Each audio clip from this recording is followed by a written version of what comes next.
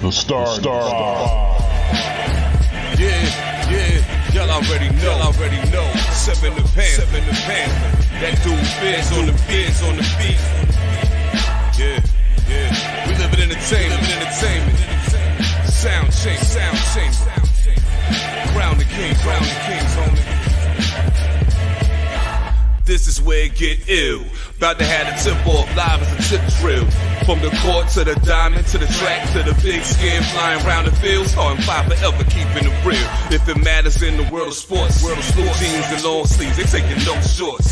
Hot to death, oh yes, these are the sports podcasts live as a pros course. Biz market wave, the starting five goes off.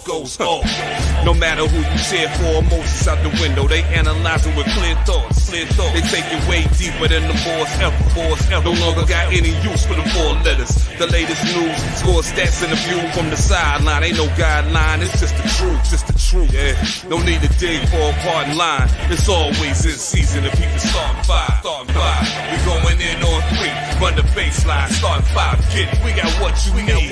If the sports news you see, we don't waste time. We talking cause we live it. We got what you need. We going in on three, run the baseline, starting five. Get it, we got what you need. And y'all know me, seven sign, I'm the illest cat stick. I got what you need.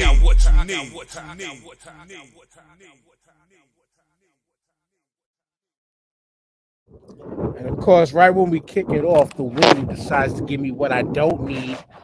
It's fucking interference in this microphone. What up, people? It's your boy, the mayor, that DJ named Ace 5, your mom's favorite fat guy. And we back, newest episode of Star 5 Podcast. No need for me to keep going any further. You're back this week. Yes, sir. What's good to my fellow brethren in the group? How y'all doing? The Lisper, Big O. Shout out to my man JG who couldn't make it today. Finish up that shoot, my brother. How you gentlemen doing this week? I am great as usual. Life is good. Onwards and upwards is the motto. The vibes are immaculate. I'm good. What's up, O? What up? What's going on, fellas? Your boy Big on the building. Yeah, I'm doing good, trying to beat the heat, man. So if y'all see me with the with my mic muted, that means the AC is on. So I'm in it's sweltering right now, man. Don't pass out, Big O. Don't pass out on us.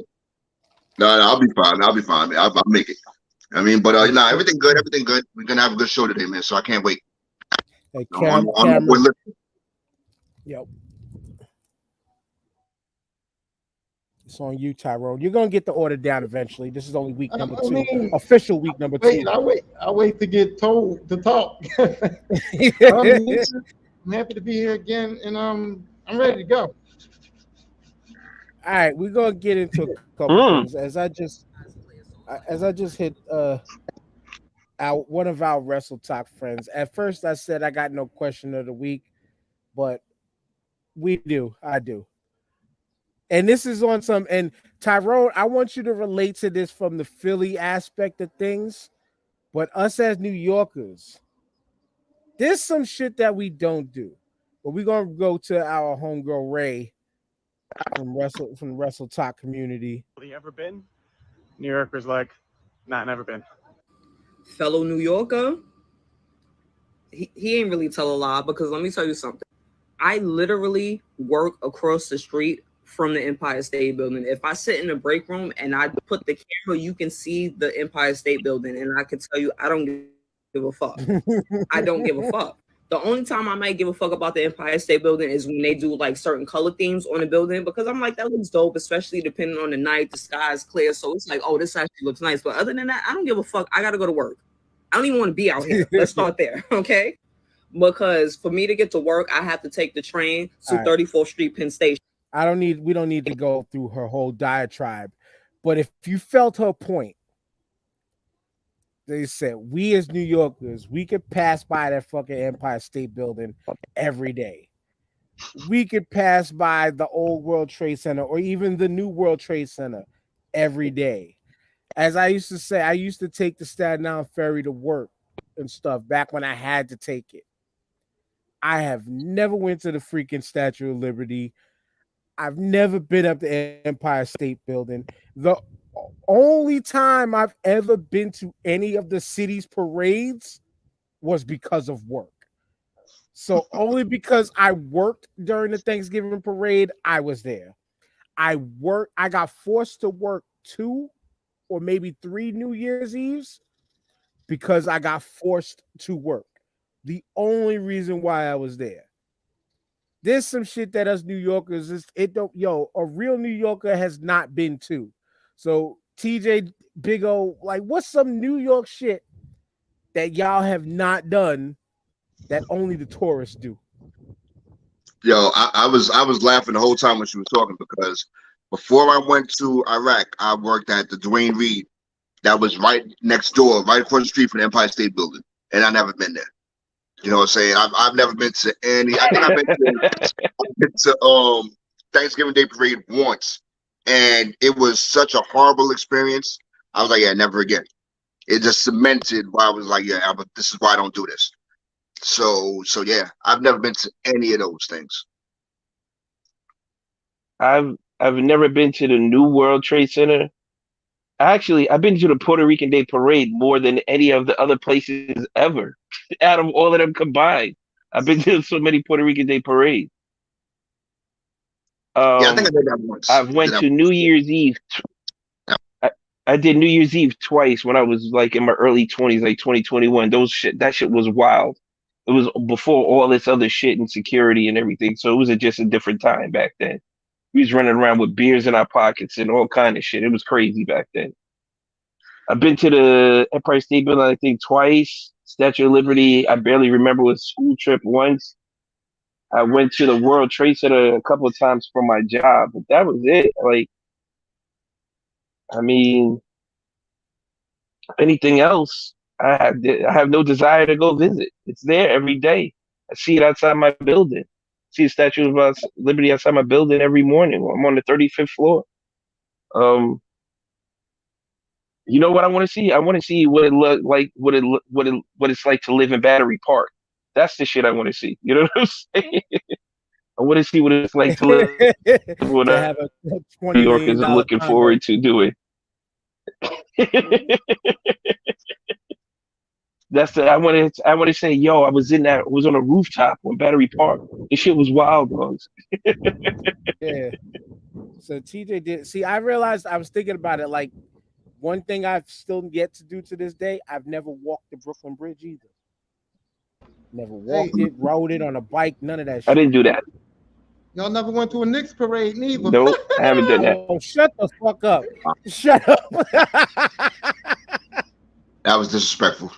I'm a Commanders fan, right? And the only thing I've ever done in city, like parade or shit wise, is I went to the Eagles parade because I was fronting, but there was a lot of women there and a lot of stuff going on, so I had to see that. You know what I mean? So I went there. But yeah, the same thing in Philadelphia. We got the Liberty Bell here, the Rocky statue is here, and I don't give a fuck about neither one of them. I went to that Liberty Bell on a class trip my mama made me go. It's my history and all that bullshit she was talking I didn't care about. And that Rocky statue been there. I don't want to see that. I never, like, it'd be people crowded to take pictures. I'll be trying to get the fuck by him. Move. I gotta go somewhere. I don't care about that statue. I don't care about that Liberty Bell. None of that shit. Yo, I've seen both of those like a couple of years ago. You was bored out your mind too, weren't you? See, I'd never seen the Liberty Bell. But one of the first times, like, I really went to Philly, which I made the tourist mistake of going to Pat's and Geno's because I didn't know better. That was like what was it, 2012-ish? Yeah, 2012. I didn't know better. I didn't know anybody out there like that. I didn't have no Philly friends like that. It was just, let's go visit. I've been an Eagles fan my whole life. My wife, her cousin, and my kids ran the steps. I was like, nah, that ain't gonna be me. Not because I didn't want to. I was just like, to me, I was like, that's corny. I was establishing my like, yo, let me act like I'm from here roots, even though I'm not. And then every time I ever been back since, I've been hanging out in either North, Center City area, whatever, with Philly Cigar Week and all that, or it's usually North Philly, somewhere in North. I've been hanging out with the homie Ramon. You You know, TJ would been with me hanging. You know, like we hanging out in specific spots. We don't go to none of the tourist shit no more. Nope. I'm glad you brought that up because that's another fucked up thing, right? When I go to other places and I talk to people and they ask me about the Philly cheesesteak, and I tell them, yeah, Philly cheesesteak is some banging shit. I tell them it's good shit. I ain't talking about no Pats, no fucking Geno's. I'm talking about the deli down the street from my grandmama crib with the dirty Puerto Rican in the back. Like, you know what I mean? I'm talking about the hood Philly cheesesteak. And then everybody come here, and then they go to Pat's and they go to Geno's, and that's not the. When you hear a Philly person talking about a Philly cheesesteak, we ain't talking about that bullshit down there. Never. And you're not calling it a Philly either. Go there. That's not where you gotta go. If you want a real Philly cheesesteak, come see me. I'll take you to the joint. It's gonna look dirty, but the food's gonna be good as shit. And you're not calling it a Philly either. It's a fucking cheesesteak. That's it. Let me get a cheesesteak. Nah, that's it. I mean, there's certain spots though. Like I haven't tried D'Alessandro's yet, but across the street, Chubby's, that was my shit. But I know the regular bodega is where you supposed to get the joints from. But next question of the week, because I just wanted to get that out there because I was literally just watching that video and I wanted to ask y'all what's some city shit that is just like we don't do that in our city type stuff. But this one, because we talking about music today, we're talking about that Billboard Top 50 list a little later on. I was thinking about this as I was driving home from work last night, and I was listening to the band Death. And y'all have heard me talk about them for years on here. The Hackney Brothers, they got a movie. There's a documentary about them called A Band Called Death. They reminded me that their backstory made me go listen to them. So is there any artists that y'all could think of off the top, or any groups or anything off the top of your heads that you could think of that somebody educated you on, or you've heard their story that made you go into wanting to listen to them and then actually like them?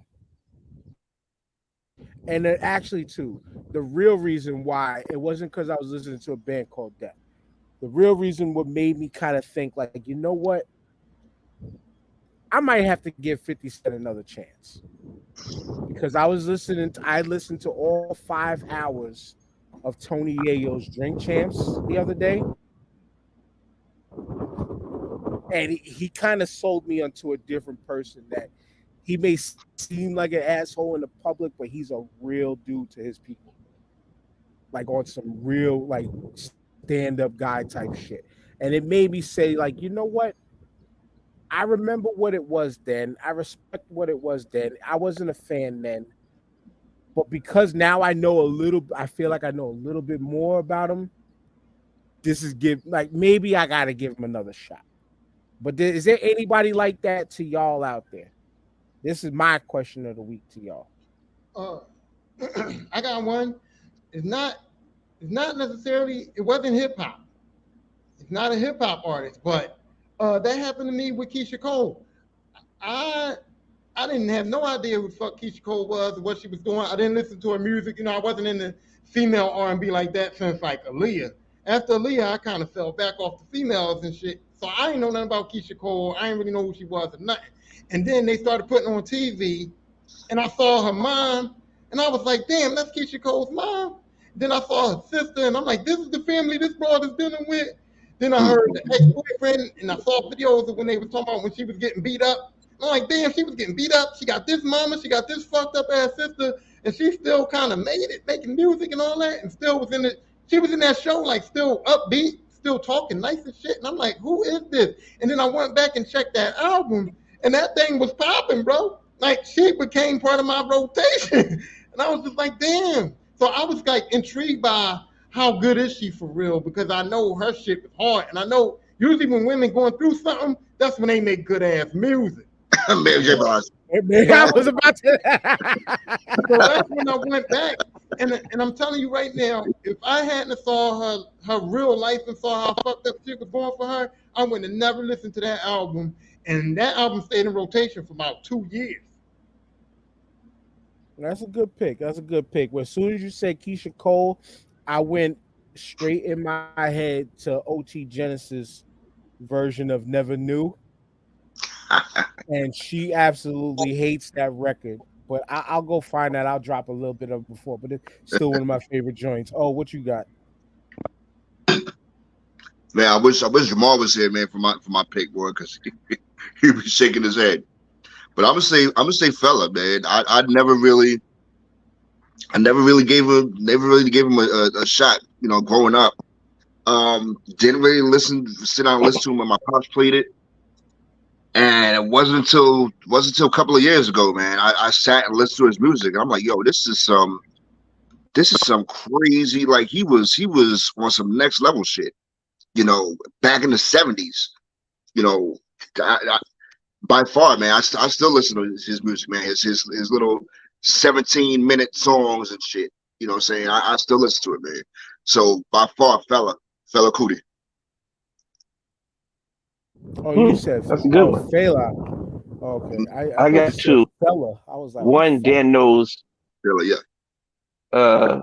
One was MF Doom. I didn't know he was Zed Love X before all of that, before his transformation and all that stuff. And then, you know, being around you, Jones, and them, like actually listening to the music, I was like, yo, this dude is kind of nice. But that was back in the day when if I didn't like your name as a hip hop artist, I wasn't listening to you. I wasn't giving you the time of day.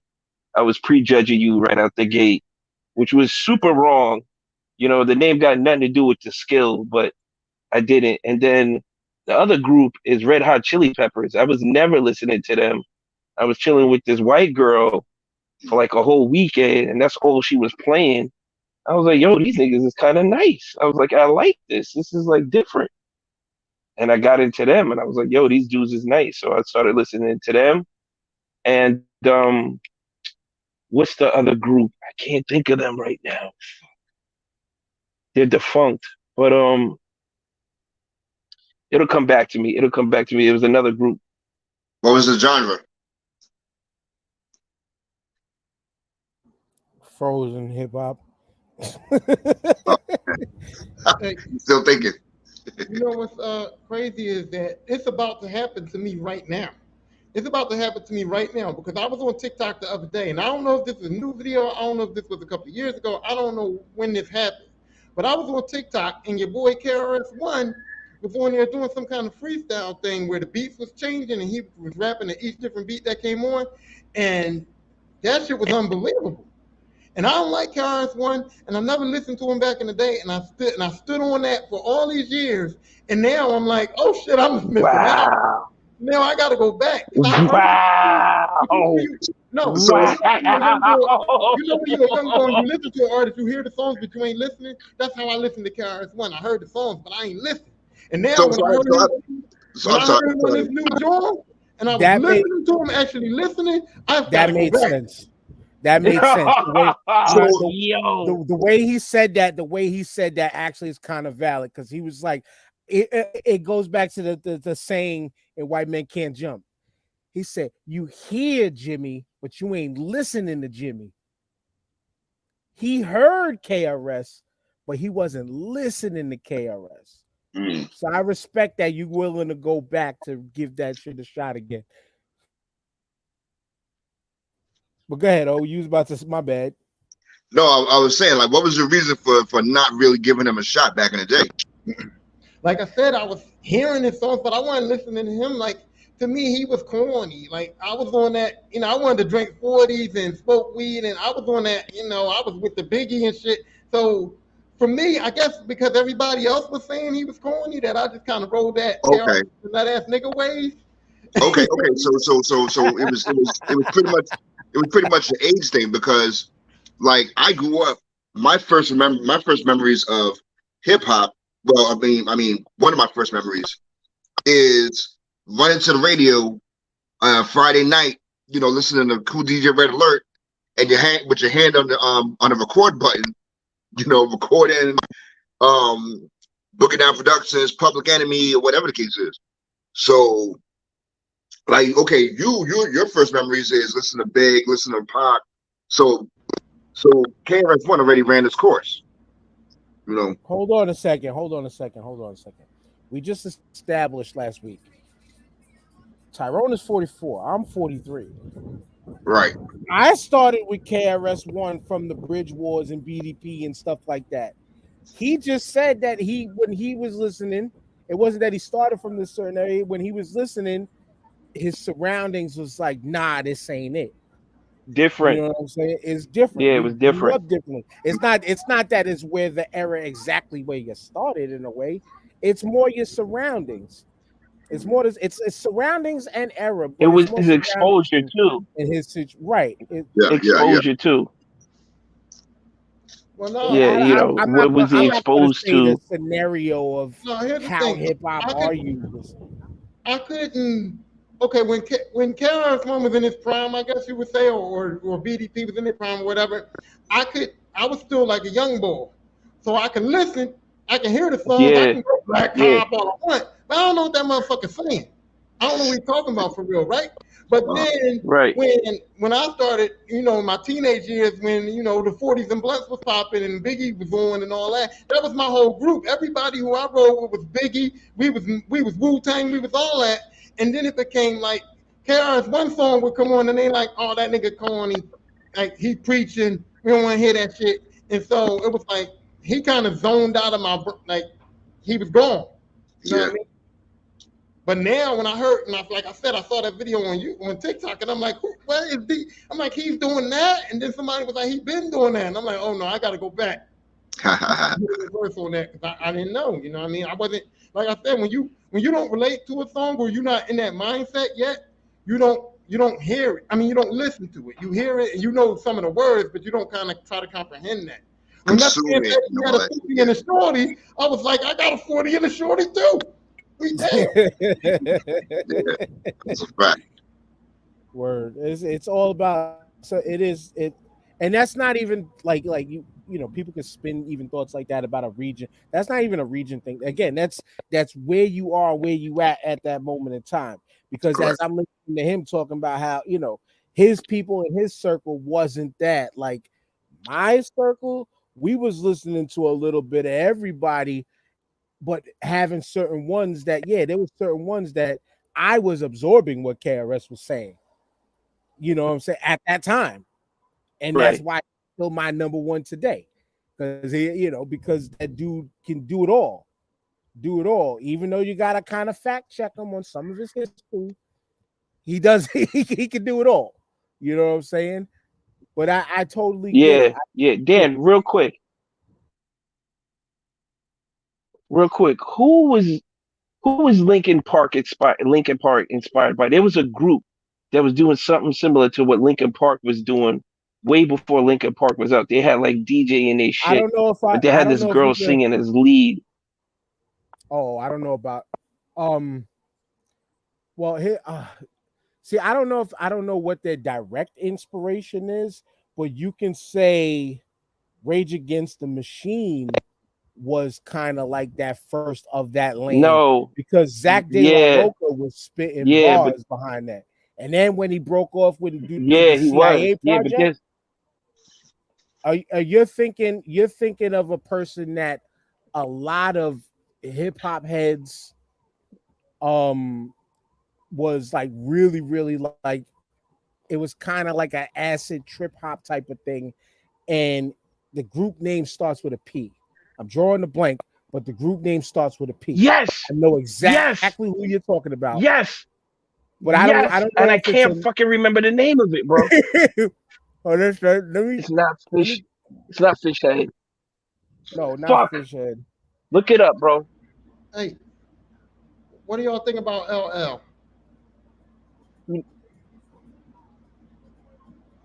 Because I'm gonna say this. I can't knock his contribution to hip hop. He was a legend. But he's a legend. He's a GOAT. But you know, I second that. He's not in the category of big. He's not in the category of Big Daddy Kane keeping up with the times. That's what I want to say. Like Kane can still get on anybody's album and kill it. LL cannot do that. Well, I was he can't do yes, he could. Portishead, Dan. It's Portishead, Dan. is Portishead. Oh my God, yes, I got into Portishead late, but they were dope. Thank you for helping me out with that. I hate getting old.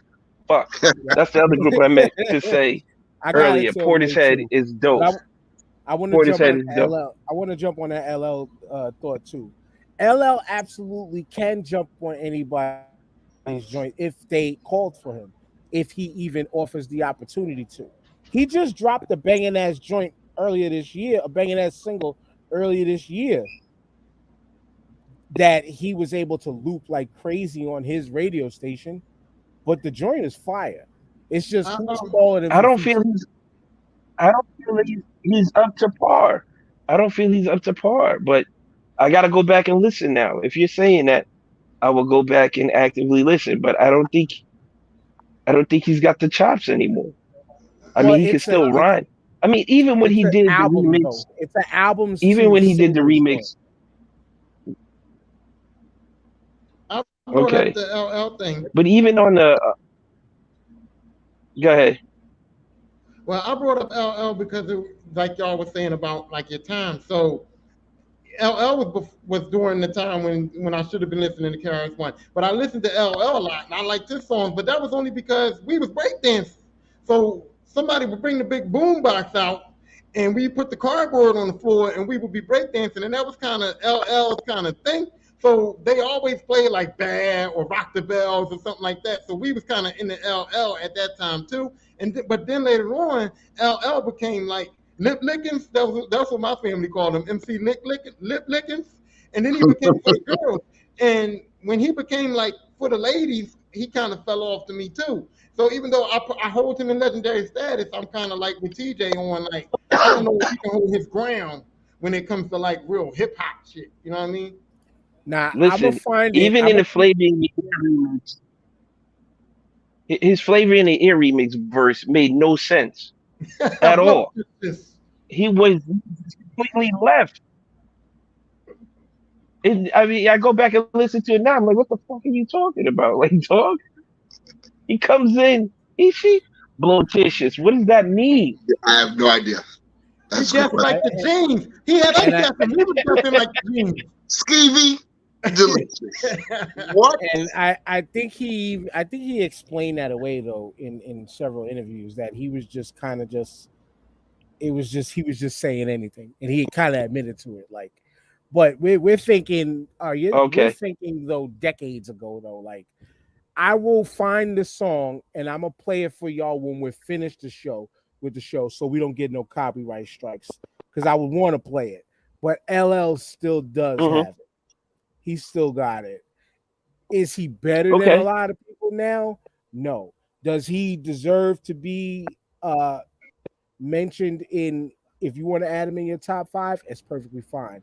If you want to do like me and have him in the Legends bracket, that's perfectly fine. It's whatever your opinion says. I'm not telling you to put him in your you know, because he's not in mine, but he's in my Legends. Nobody's top 5 now. Come on. Ain't no way.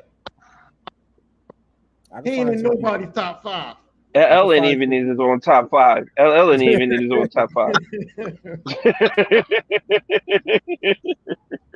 I will sit here and defend the legend. That's why there's your personal top 5, and then there's just legends. He's a cat that doesn't need number. He's a cat that doesn't need to be number categorized. I'm sorry. But he does have a new banger, though. I'm not gonna lie, he does have a new banger. I just gotta play it for y'all later, or drop the link on y'all later, because again, copyright strikes. I thought I had another question for y'all, but fuck it. Let's get into the meat of today's thing. And while we're getting into the meat of the show, y'all should be rubbing your meats with Hooks, Rubs, and Spices. Hit that hooksrub.com. and use our code starting5, get 20% off your order. For any time you decide to play with your meats, preferably brisket, hamburgers, ribs. That's daily for some of us. Hey,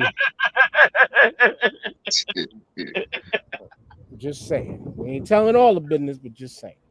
But anyway, what's that clarity? Hey yo, I still didn't even watch that. Saw that video. video. But let's get into this shit. First thoughts, don't even expose no names or nothing like that. What's on the list? Just give me a brief. When I showed y'all the list, when we all looked at this list, and we're talking about the Billboard Top 50 groups, rap groups of all time. Just what was your initial thoughts? Don't start number naming place people. Just what was your initial thoughts reading that list? Some young people. It was some young. It was. I need to know how old these people were that did this list. Because yeah, there was some names on there. There was some groups on there that had no business on the top 100. You know, My I need initial to know the demographics. My initial thought, I ain't gonna lie, my initial thought was, did they say in no particular order? Because that's where I was going with it. I was like looking at some of these names that was high up and some of these groups that was low down, and I was like, oh, this must be no particular order, because this ain't the order of the shit was like picking me off. So that's where I was at with it. I was like, oh, I was looking for the print to say in no particular order, and I ain't see it. So I'm like, oh, this is a ranking. So I looked at it as, did the names on the list deserve to be on the list? I couldn't care less with the order because that shit is subjective like a motherfucker. But did the names that needed to be on the list? And for the most part, the names that needed to be on it were on there. There were definitely some questionable add-ins on there. And I was like, I don't know. They haven't been in here long enough to be on that list. They shouldn't be on that list. There were other people that deserved that light that could have beat them out of the slot. For the most part, the main people that needed to be on the list was on the list. I didn't want to get caught up in order because, like you said, Lisbeth, that's another topic for another day. But That most of the topic people that is were on the list today. deserved to be on. But you know what, TJ, and Dan had kind of alluded to it earlier. It's kind of hard to do the order of the list when you have your legend status, because a lot of these Right. groups on there are legend status, and it's like, damn, okay, where do you put them on this list as far as numerically, so that part is tough. For me, it's kind of what you said. And something TJ said on a past episode where we were talking about a similar list of rankings set up like this. What did that room look like? That's the real. What did that room look like? And I'm not. Y'all know me. I'm not gonna be the one to sit here talking about, oh, there was, half the room was white people. I have no issue with that, because white people are, as much as people hate it, white people are just as much to this culture as we are. Actually, side note, did y'all see MC Search get upset because he wasn't invited to a Juneteenth special about the culture, talking about the culture of hip hop? I did not see that. This is another conversation. No, I missed that.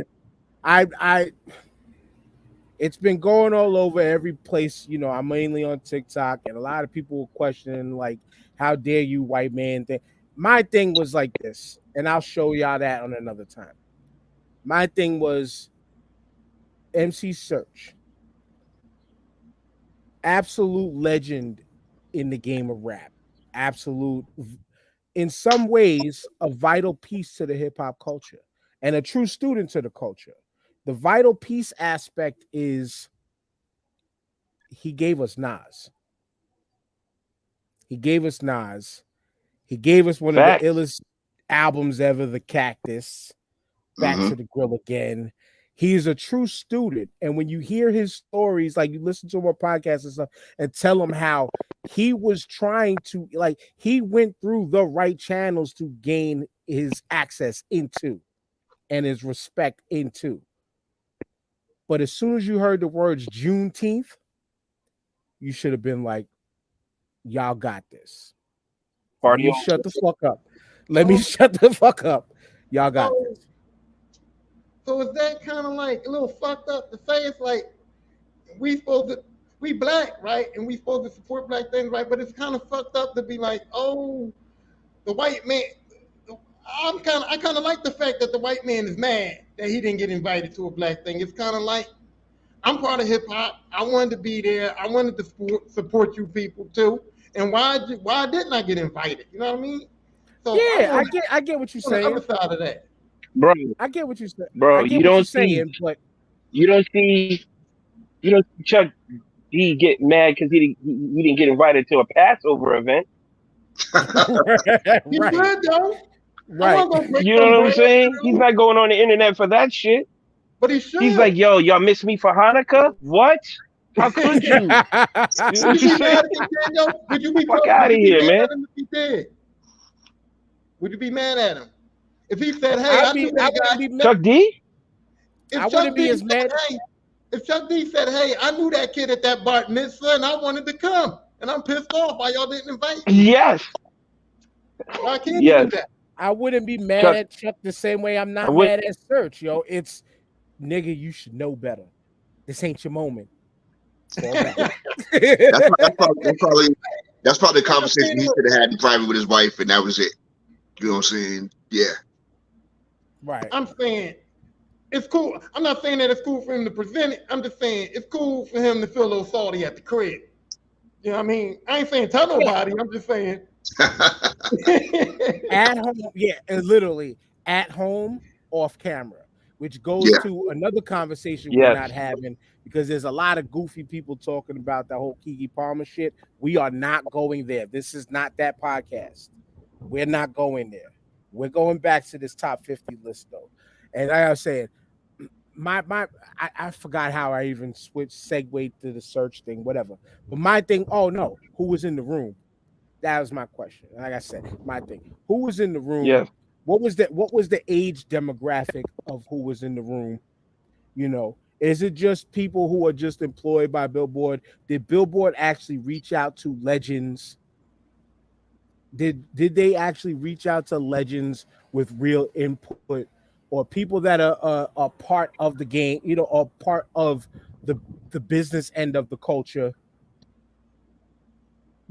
Did they go to former hip hop writers that were on their staff? Yeah. These are Nope. questions that I have. Nope. Right. No These to are all of them. important No questions. to all of that. Right. No But I'm to not- all of it. There was no Swiss Beats in the room. There was no KRS One in the room. There was no legendary Rick Rubin wasn't even in the room. But let's look at it from this point here. And their criteria that I'm about to read right now makes this whole list questionable. It says the Billboard editorial team again took the following criteria into account, not in any specific order. So they're saying that they didn't put the criteria in a specific order, but they just this is the criteria they used. Body of work and achievements, charted singles, albums, gold, platinum certifications, other awards. Cultural impact and influence. This is the part that I'm going to come back to a lot. So how the group's work fostered the genre's evolution, longevity, years on the mic, lyrics, storytelling skills, which it should be more than storytelling, but whatever, flow, vocal prowess. Our definition of groups includes duos, proper groups, and more nebulous collectives. Most notably, inclusion on this list is based on the accomplishments of the group as a unit, not what the individuals may have separately accomplished. And we will leave that right there and go to the list from the bottom up. At number 50, MOP, Black Star, City Girls, Ray Shremmerd, Yin Yang Twins, Pete Rock, CL Smooth, Criss Cross, Kid and Play, Heavy D and the Boys, at 41, Little Brother. Now, should we stop at every 10, or should I go through the whole list first? What y'all say? Yes. No. Stop at every 10. It's gonna get too confusing. Okay, so we're stopping. Little We need Brother's to keep number it. 41. So I'm looking at this bottom 10 and say, you know what? If the City Girls had to be on this list, because they do have a stronghold on a certain lane of rap and a certain set of fandom in rap, they should be at number 50. Even though there's probably Fact. 100 groups that are not on this list that would knock them way the fuck off this list. But we're talking about impact. Criss Cross had a whole nation of kids wearing their shit backwards. Kid and Play, still to this day, if you are in a swimming pool, you are doing the kick step and jump through the leg in the swimming pool because you're not going to fall on your face. You know what I'm saying? Heavy D and the boys, this was a way to sneak in that we got you because Heavy D is the one that stood alone. The boys, we didn't really hear from any boys in the background. Most of them were the dancers and people in the back. P-Rock and CL Smooth, they gave us what I think is the culture's anthem, the number one in Troy.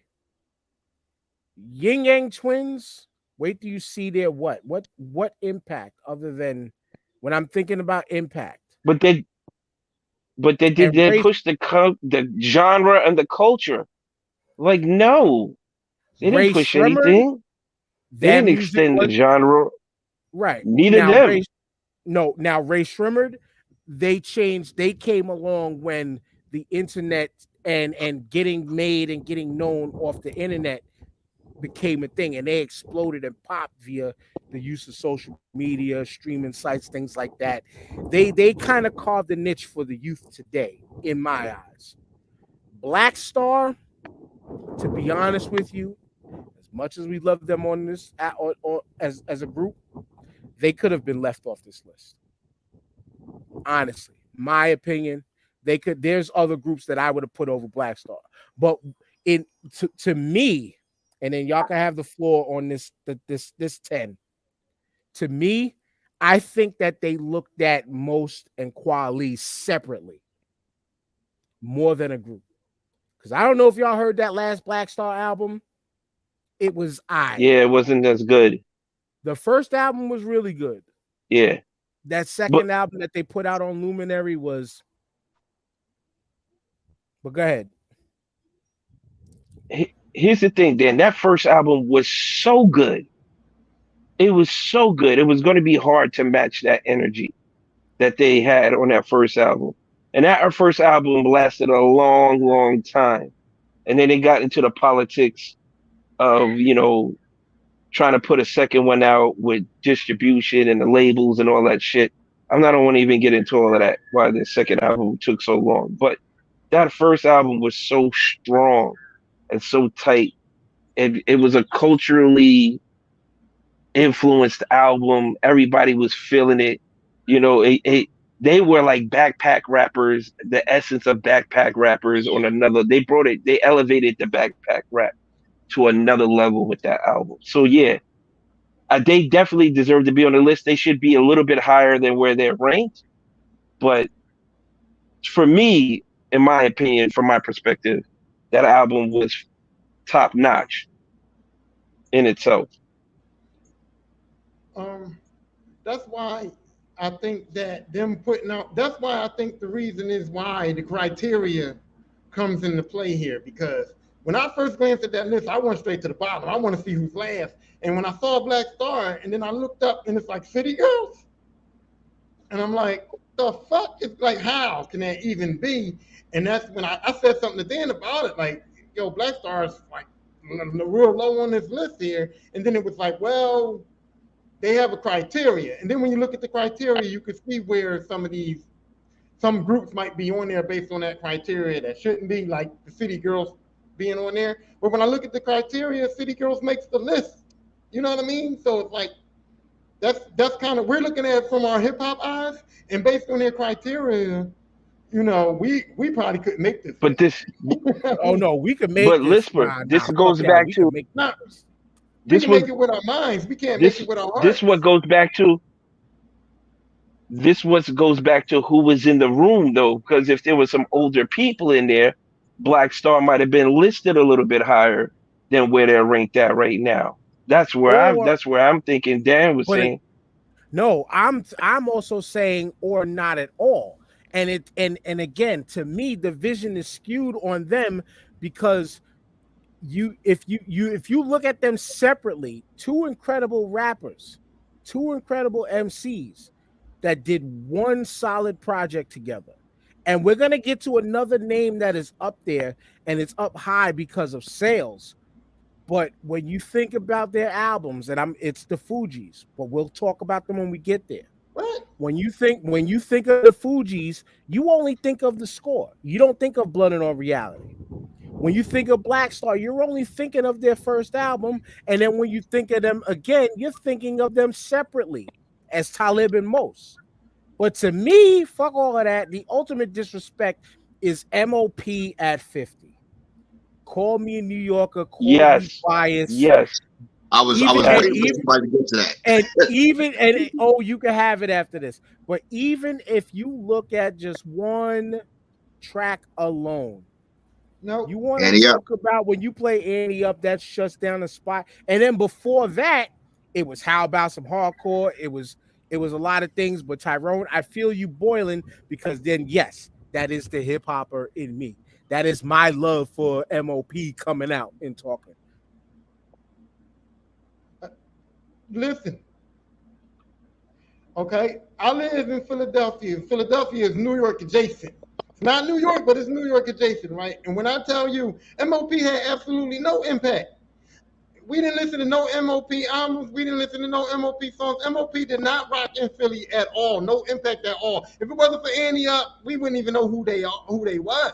Like, they're not big time, bro. Like, And I give you that. And that's what I'm saying. I MOP. can give you that. I could give you that. Now I can't say nobody, but I can give you the respect of what you're saying. I can give you the respect in what you're saying. But I will tell you this. Anytime, anywhere Little Fame pops out on stage, they're always doing Annie Up. TJ's been there with me in spots. The fucking place erupts. Yeah. Because Annie Up crossed cultures. It was a commercial hood song, to put it like that. It crossed all genres. White boys love it, black people love it. When you throw that on, it's a party. It's a party. It's turned the fuck up. Whoever's idea was to make that video like a mosh pit, yo, the video made the song pop. I mean, the song was an excellent song to begin with, but the idea to make it a mosh pit, like, yo, that kudos to whoever did that. I'm looking at this list. I'm like, yo, there's not 50 groups better than MOP. There's not 40 groups better than Little Brother. Little Brother to me probably is my second, third favorite group. It's that high up as far as my personal taste. Fonte, Ninth Wonder, like, yo, there are very few groups better than that. Big Pooh, rapper Big Pooh is Don't a sleep on Big Pooh, yeah. nigga. People stay sleeping because of how phenomenal Fonte is. But when you think of Little Brother, right, and you think of Impact, I could kind of say that they definitely had some type of impact towards a lot of underground from the 2000s on. But specifically, and I'm specifically targeting one, Fonte's influence on Drake. Yes, that's Drake. Drake before Drake. Right. If you're thinking about an impact and you want to connect the dots, that little tie alone is what could put Little Brother on a list like this by way of impact. But I know we love the group itself, but is there anybody else within this bottom 10 from 50 to 41 that just feels questionable to y'all. Like, why are they there? Why are they not there? Like, again, I love Heavy D to death. Rest in peace. Heavy D and the boys is like, nah, maybe not. There's other groups. That's not a group. Right. Yeah. I thought the boys was just a. But listen, check this out, Tyrone. That goes to show you again who was on this panel, because everybody knows that it was Heavy D was the only rapper. So, you know, why are they considered a group? We know that. You know, the name it meant nothing because it was only one rapper out of the group. It wasn't like old Tribe Called Quest, like, you know, Phife rhymed a couple times on a song or whatever. No, Heavy D rhymed the whole album by himself. So why are they even on the group? Why are they considered a group? Right. But next one. Go ahead, my bad. Go ahead. No, go ahead. I just picture that room of being, hey, black guy, you're the hip hop guy, so you give us the culture. hey, you Pinpoint Dexter, you got the numbers? You give us the numbers on the album sales. Hey, it says in the boys, so that's a group because Heavy D is with boys, so that's a group. So we can count them. You know what I mean? That's how I picture that room being. They just had that one person that was for the one criteria thing, so they could meet it, and that's how this came up. Yeah, like to add Gang Gang Twins, like they had some dope singles. I'm sure their albums did numbers in the 2000s, but like to be honest with you, again, they didn't have to be on this list at all in the top 50 anyway. Top 100, you could fill them in. Yes, Dan. I was in Georgia the time of you know, them blowing up, and they weren't even the best 3 groups out of Georgia. I mean, you still had Outkast, you had Goody Mob better than them. Like, you know, it wasn't. They had a couple of party songs, but that was it. They don't belong in this list. Which we're about to get to one of those names in the next 10. Number 40 to 31, we're going. It's Onyx, Slum Village, Big Timers, which ironically, my shout out to my boy Willie, he just sent me and said never forget, and sends me Still Fly from Big Timers. A-Ball MJG, Hieroglyphics, Far Side, Brand Nubian, Goody Mob, 2 Live Crew, Boogie Down Productions. Once again, Boogie Down Productions, the cheat code is KRS-One. We got to find a place to put him in the conversation and say rest in peace to Scott LaRock. 2 Live Crew. If you want to talk about impact, 2 Live Crew, just off impact alone, should be a top 10 group. And top 10 because for this and this reason only. Besides the music, besides being like one of the main sounds of like Freakniks and stuff like that, besides or ushering in that Miami bass sound. Let's go. They ushered in a whole region. Luke's fight in the courts for music. Supreme Court.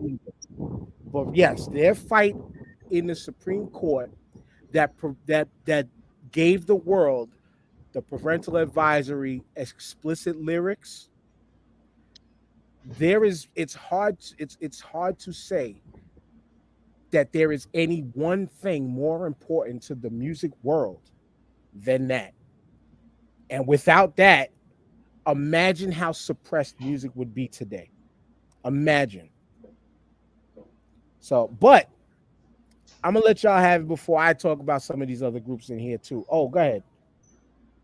And this second bracket, boy, shows that this list is a farce. Okay, because groups like Slum Village is too low. Farside and Brand Nubian definitely too low. You know, Onyx too low. I mean, this yeah. But see, this whole bracket should get bumped up. But the way to me, the vibe I'm getting, the way you're talking of it is your personal preference to, again, the one word that I can hang on in this criteria, forget sales, forget all of that, impact. Brand Nubian, I barely see impact because a lot of people were doing that 5% of talk in Yeah. that era. What about Far Side?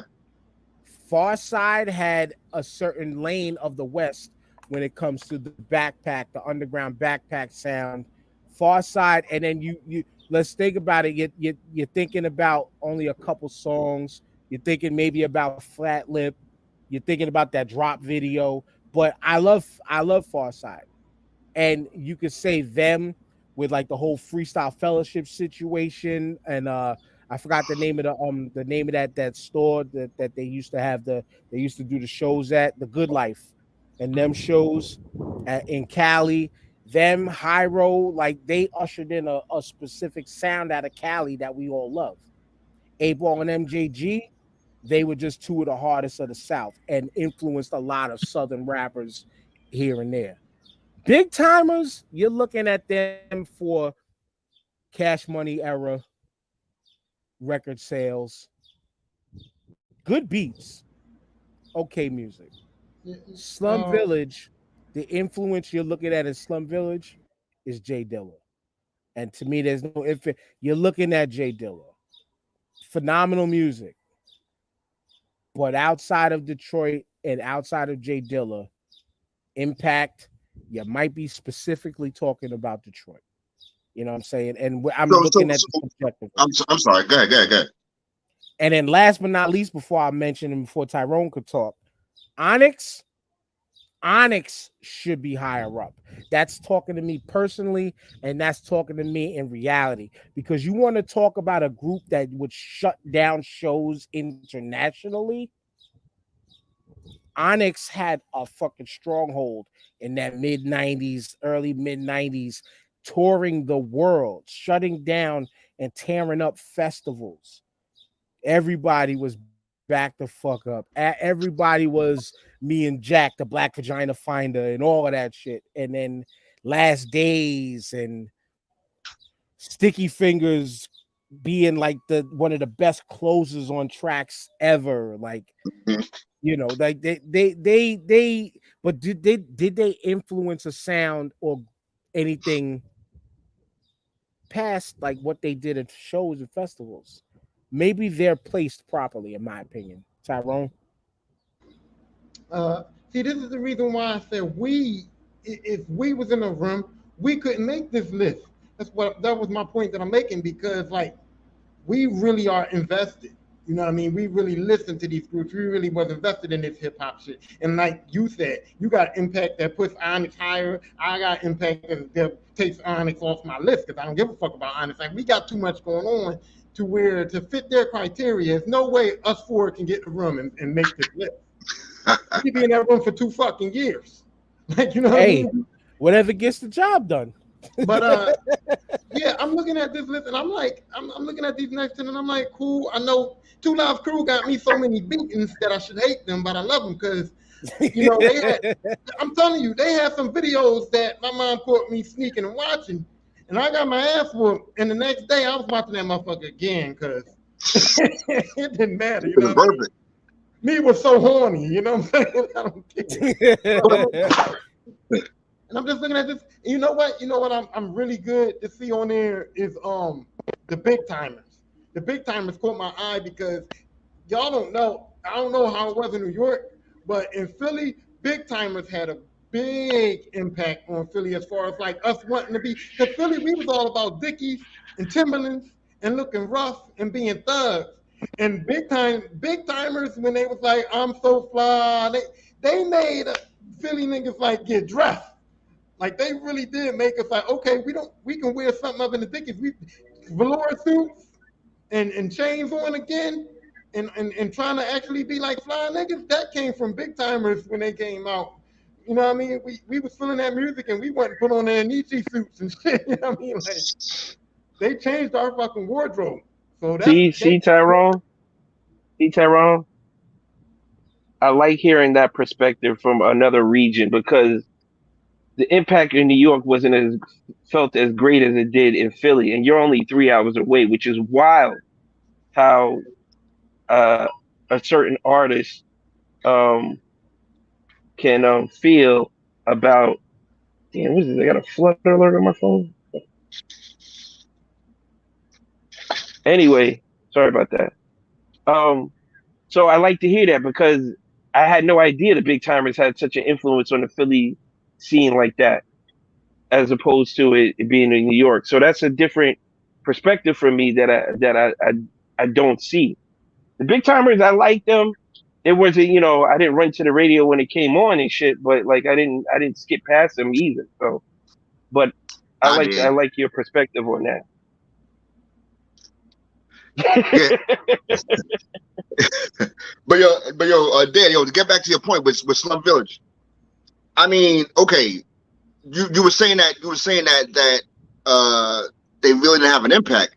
Jay Dilla, him being the producer, I guess you're differentiating, Jay Dilla the producer and Slum Village the group. No, and Is that's Jay it. Dilla, And that's Yes, it. Before you yes, yes. you slid out, pause. Before you slid out, that's the exact point I made.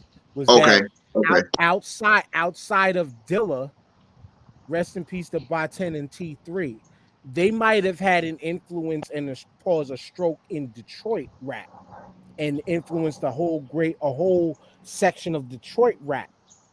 But when you try to think broader scope, I'm okay with them being on this list.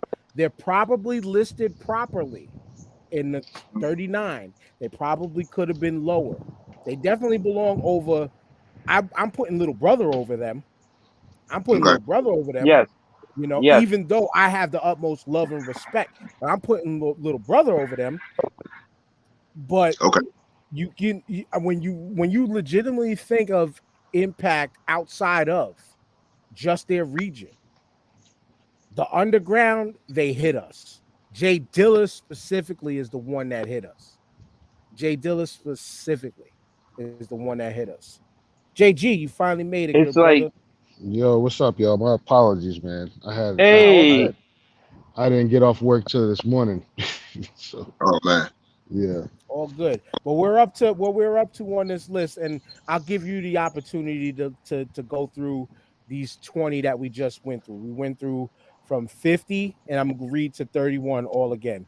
MOP, Cool. Black Star, City Girls, Ray Shremmerd, Yin Yang Twins, P Rock CL, Crisscross, Kid and Play, Heavy D and the Boys, Little Brother, Onyx, Slum Village, Big Timers, 8-Ball, MJG, Hieroglyphics, Far Side, Brand Nubian, Goody Mob, Two Live Crew, Boogie Down Productions. That's the order that we're up to now. Just to recap for you once again, and I'll put it back on the screen. The Billboard's criteria that they went off of was body of work and achievements, cultural impact, influence, longevity, lyrics. Okay. JG, while you absorb that real quick, I just want to say about the Slum Village part. I knew more about Jay Dilla before I knew about the group Slum Village. And I was gonna say Jay Dilla got me into Slum Village, but I didn't realize that he was a part of it until I went back to their uh first few albums, and I was like, oh, I get it now. Because they were talking about Jay Dilla, the producer, more than they were talking about Slum Village. Even Slum Village, like when Elzai was a part of the group, they addressed that in some of their music. How will they survive without Dilla? Will people still hold them in high esteem and have the same respect for them? Because nobody was checking for them after Dilla left. So Right. And some people yeah, forget exactly what you mentioned, that there was a couple iterations of the group. I'm sure this one is speaking specifically to the beginning. But a lot of us right. too, outside of a Detroit scene that may not have, like, I heard of Slum Village in the beginning, and then it was like, okay, because my boy, shout out to my boy Danny, he was bumping Slum Village as soon as they came out, because we used to knock Raise It Up like crazy out here, because that beat was Oh we used to yeah, knock Raise yeah. It Up like crazy. But the Umar might have been the introduction for all of us, for most of us, to even who Right. Dilla was. You know what I'm saying? And understanding Yeah, like, oh, you know who is this group and who is this group of beat makers and producers? who put me on the Slum Village? That song they did with Kanye. I'm sorry, baby, I can't Yeah, help it. I'm Yeah, yeah. falling with John Legend singing the hook. yeah. Yeah. That really got my eye with Slum Village, and I went back and did the work. Selfish, And selfish. selfish, yeah, Yeah. selfish, yeah. So that really, opened my eye up to them. But I didn't realize Dilla was a part of them until I went back and did the research. But go in on some of these names, JG.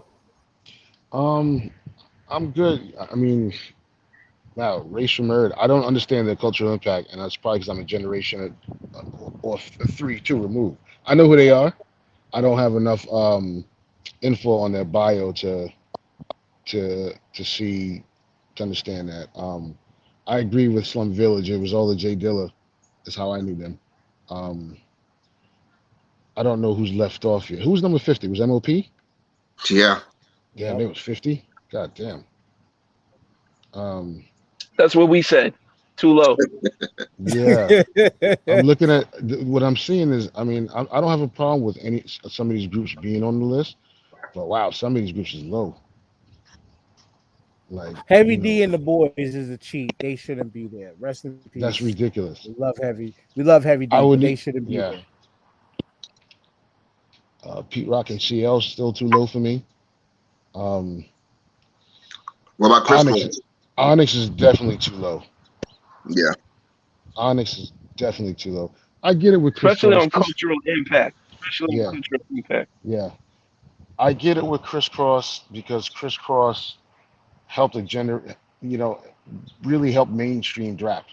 At that time, they were one of those. That was one of those songs that broke rap off the urban stations. It was putting them on top 40 and a lot of these other stations. So I don't got a problem with that. They grew the audience, but so did Onyx. Onyx was pulling a lot of the hardcore punk and rock cats into hip hop and everything else. Absolutely. Who else is too low? Let it be said. It's funny because True Life Crew may be too low. You said that That's too. that's they are too that's low. what I Yeah, I Yeah. broke They I are too broke low. it down. I broke it down because I personally said if we're just talking impact, which is the word that I'm hanging on the most when it comes to this list, yeah, Two Live Crew should be a top 10 group yeah, because they brought along an entire region of music yeah. and held down an entire sound. But the most important was Luke's involvement in the parental advisory sticker being created for all of music. And I'm trying to not, let my New York and regional bias affect me here. Um, but I'm Gangstar's way JG, too low, and Gangstar and DJ Jazzy Jeff and French Prince way too low. Which we're gonna get there because Oh, I'm Tyrone had to sorry. go in on Okay. this part. Oh, first of all, where's my man? real What's quick. up, y'all? What's up, y'all? What's up, O? What's up, Lisper? What's up, TJ? What's up, What up? man? What up? What up? Forgive my manners, y'all, after being late too. Nah, you good. You're good. You good. Yeah, What I was gonna say was when you was talking about Onyx bringing in the punk and the hardcore, they did the same blueprint Run DMC originally came out with. I just realized that they got that crossover impact. Like Run DMC had heavy metal in their beats, yeah, heavy man. with heavy Yeah. That guitar was Rick Rubin. and That stuff was like definitely that. Rick Rubin. They Yeah. Yeah, they definitely took that blueprint and did the exact same thing with it. Like they definitely crossed cultures and genres with it in terms of getting that crossover appeal. They had just as many white kids going to see Onyx as black kids. And like I said, They, globally, like they shut down stages. They would tear up and shut down festivals around the world. We're talking 40, 50, 100,000, 100,000 freaking people festivals and shit, and be closing acts Yeah, they're some too of these low. things. They're pardon too me, low. y'all. I gotta go get a battery pack. We'll be right back. All good. But next we're up to the next 10. And we're gonna switch pages from 30 to 30 up. We got Clips, Gangstar, Ghetto Boys, DJ Jazzy Jeff and the Fresh Prince, EPMD, the Hot Boys, the Diplomats, Sugar Hill Gang, the Locks, Bone Thugs and Harmony. All these people are I'm way too low on this list. All of them, except for like two, are way too low on this list. keep going. Gangstar, definitely way too low. What the fuck is this? I can't see it. EPMD, way too low. Sugar Hill Gang, definitely iconic in the history of hip hop. Definitely way too low, especially in terms of impact and culturally. Like, come on, like all the locks. The Diplomats are where they should be at. That's probably the most right out of all these groups in this top 10 here. The Diplomats are maybe where they should be at. Maybe the Hot Boys, but they had a huge run in the early 2000s too. Like this all damn near 8 out of the 10 people in this sector are like way too low. They're all just too low in terms See, of impact, what they brought. Go ahead. I'll give you what you said with Dipset, with the Diplomats. They're perfectly fine for me. They're perfectly fine right in the middle because Harlem influences the Right. world in multiple ways than one.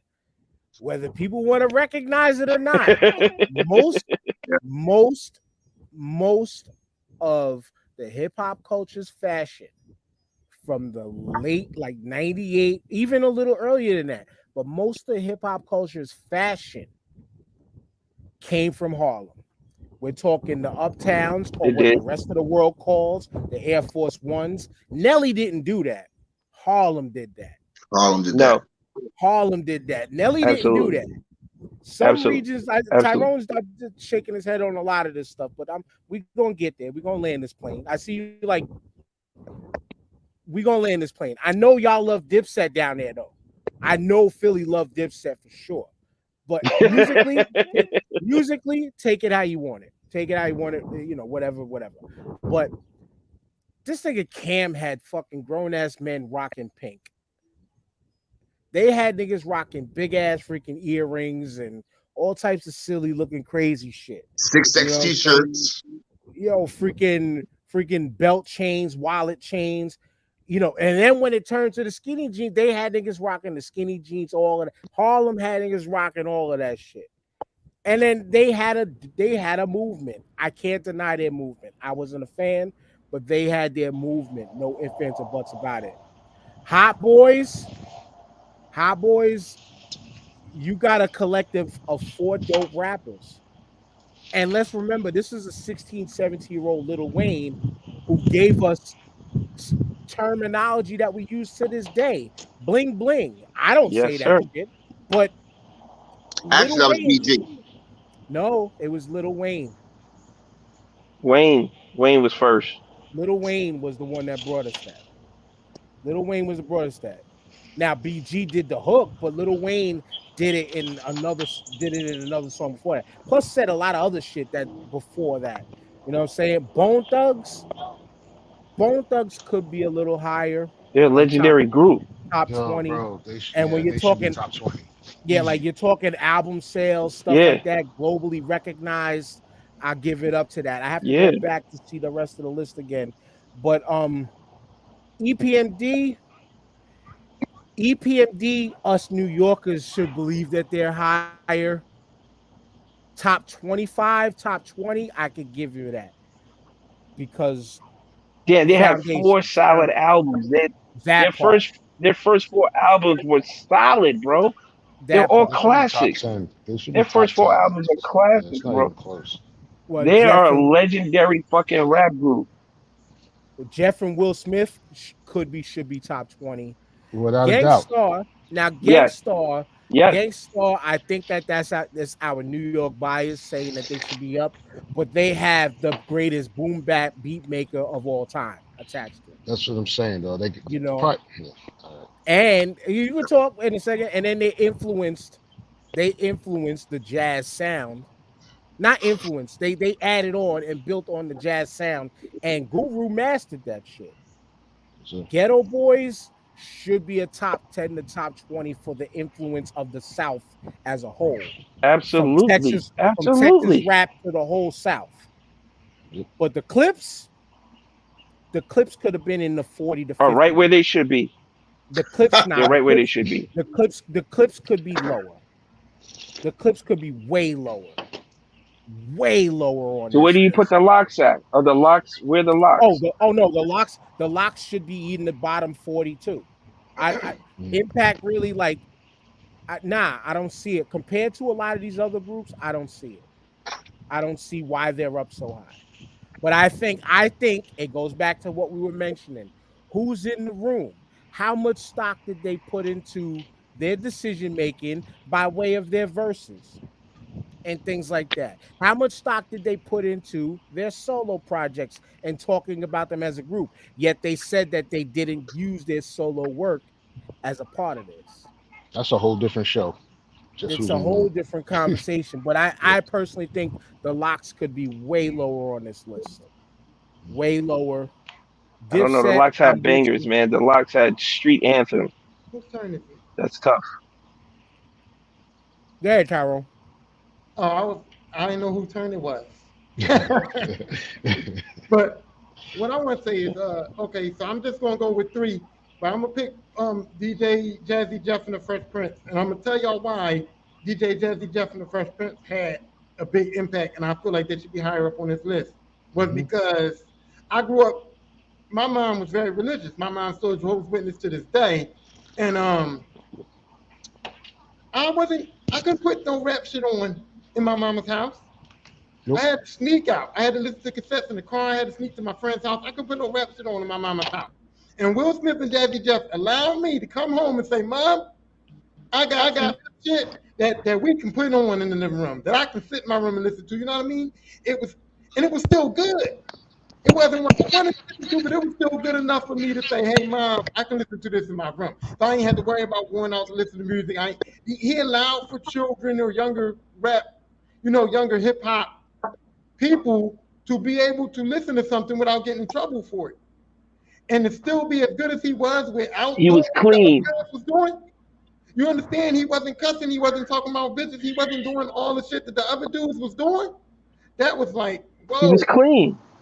But right. He was clean, Tyrone. He was clean. Allowed me to listen to him, and it was it's just amazing how clean he was that he still had the impact that he had. He still did. Yep. What he did. And he was the beneficiary of having one of the single greatest turntablists in the world on his side. Let's talk about that. He had one of the greatest turntablists in Jazzy Jeff, still to this day touring the world, tearing it up. Anytime that man touches the turntables, that's a winning combination. 100%, man. And it's for me, it's top 10. You get no arguments from me here about that. He's top 10 because the corners they took rap music just from his influence, just him and Jeff's influence. It's almost unrivaled in terms of getting rap out to the masses and into the mainstream. Fresh Prince and Jazzy Jeff's accomplishments are almost unrivaled in that respect. So if you're going off of influence, they're top 10 to me. And I just wanted to like you said, it goes back to who was in the room. Yeah, but here's the thing about Dipset, right? So Dipset had a great impact on Philly, but Dipset was one of those groups that we heard them, but I ain't listening to shit they were saying. I can't rap none of their lyrics. I know the songs, but I ain't listening to their lyrics. It was basically about putting on my big ass t-shirt, putting on my leather jacket, and popping the collar up, untying my Timberland boots, and standing out there with my squad and just going Dipset, Dipset. That's all we did. You know what? I think that the unsung member in that Dipset group was Heatmakers. His beats with Cameron's rhymes, it melded almost perfectly. And whenever beats were stupid. Them shits was crazy, though. Yeah. And we knew when when they kind of deviated away from Heat Makers, that's when Dipset really dropped. You know, I mean, so it meshed perfectly. But I think they're right. 24 is where they need to be because there are 24 groups better than Dipset. I You mean, know, there's Listen, honestly there's when way it more than comes to that, but production for a group, that shout out to Tone and Polk, the Hitmasters, all them, yo, they had some of the illest beats for a group, and that's what carried them for the Mhm. most part. They had tremendous production on their works. They always had dope beats. All their beats. I could listen to a Dipset instrumental album all day long. I don't even need to hear them niggas because those oh, beats easy. were fire, fire, fire. You could just ride around in a truck and just bump that shit all day, and you're solid. But in terms as a group with lyric wise and all that stuff, and they're mid. They're definitely mid, and I'm comfortable where they're at. But production wise, they were top notch. And they're low tier lyrically. They puting too many computers over there. Computers puking. But anybody else in this 30 to 21 though, like I mean, I'm okay with where Bone Thugs is at. Sugar Hill Gang again goes back to who was in the room and what was their age, because their impact is one of the single most reasons why commercially rap is accepted to this day. Mhm. Hey, can I just say something about the locks too? Here's my problem with the locks being this high on this list. The locks can be way lower on this list because they didn't have any impact. Because by the time the locks started doing what they was doing, I already MOP, Biggie, you know what I mean? I was already like Wu-Tang a little bit. Nah, Locks didn't have, Tyrone, no, time out. Tyrone, the locks No, was on that bad boy wave, man. but They was on that bad boy wave hard, bro. let me finish I'm though. I'm even They I'm were even doing. after he For finishes, me, I'm gonna even disagree with that, TJ. for me, Go I ahead. was already on that Biggie. I was already on that kind of wave already. The locks didn't bring nothing new to me. Like that gangster hip hop, I was already on that. So they didn't impact me anymore. Okay. The shit they was talking about, I was already on that by the Okay. time. So the locks didn't do nothing for me. Okay. It was like What the I've lock been there, done that.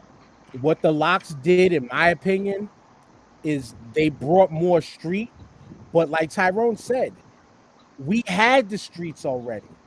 They brought it, and they brought it by way of their mixtape influence, what they used to do on like Clue and stuff, and more for their impact.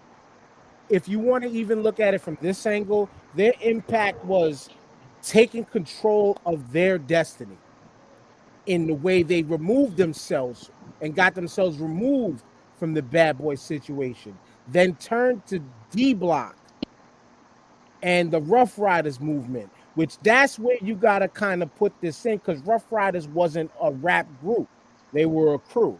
But if you put the Rough Riders movement into it, there's Rough Rider motorcycle chapters across this country.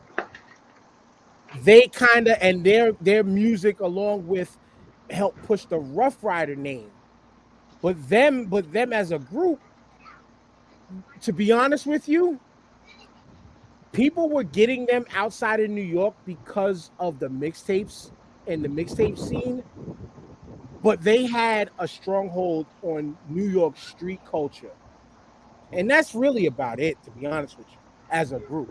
To where this goes back to Tyrone mentioning earlier and about just the whole regional aspect of them not real. They branched outside of New York, but they hit hardest home more than most other places.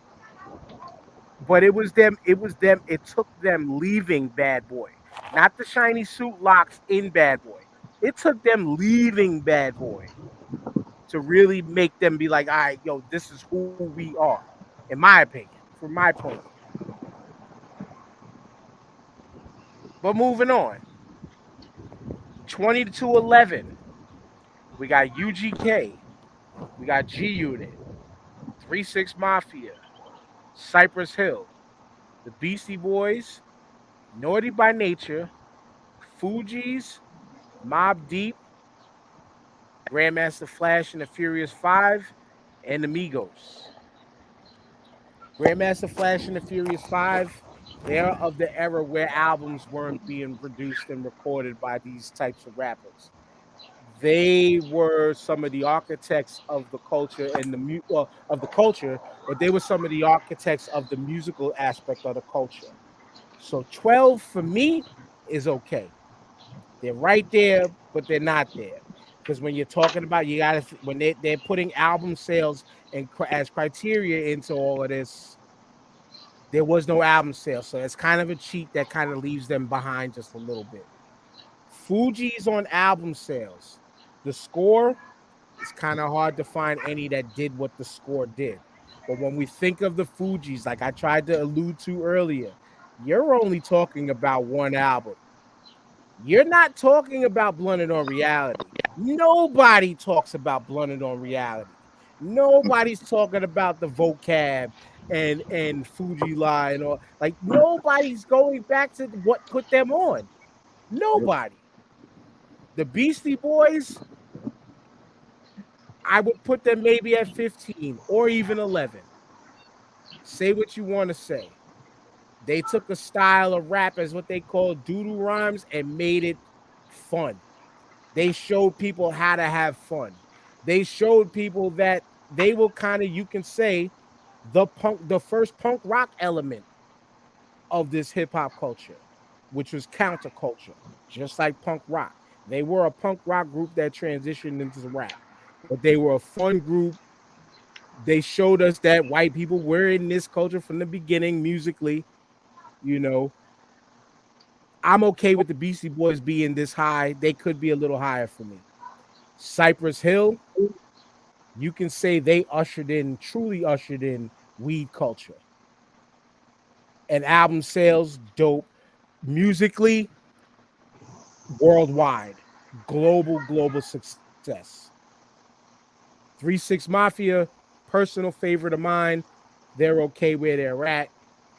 G Unit as a group, this is like them. They did produce albums as a group under this name, even though they were more like a crew. They could be a little lower, but we're looking at them by way of album sales, things like that. And G Unit, that whole early 2000s, like from like 04 to like maybe 2010, like they had a fucking chokehold on the game. 50 Cent had a chokehold on the game. And for most people, G Unit couldn't do nothing wrong. And UGK at 20 is perfectly fine to me because they were fathers of the South too. Like they took Ghetto Boys and it was like they took what the Ghetto Boys brought them in with, and then they made themselves more than a regional success for the state of Texas. They became nationwide eventually with help from like a Jay-Z and others and things like that. But then, you know, and then it's the persona of Pimp C, Bun B, two lyrically amazing rappers, you know what I'm saying, and putting on for the state of Texas, but putting on everywhere. And maybe New York might not have been on UGK heavy until Jay-Z, but the rest of the country who got music differently, they had a stronghold on a large majority of the country. The Migos at 11 is an interesting one, but I'm not mad at it. I'm not mad at it because when they came in, it might not have been our sound.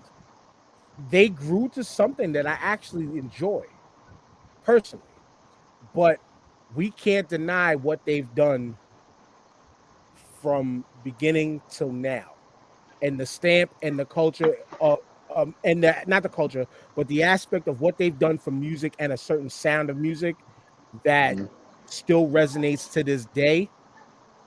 I'm not mad at Migos getting the respect that they get right now. Who wants at this 10? Okay, I'm gonna go.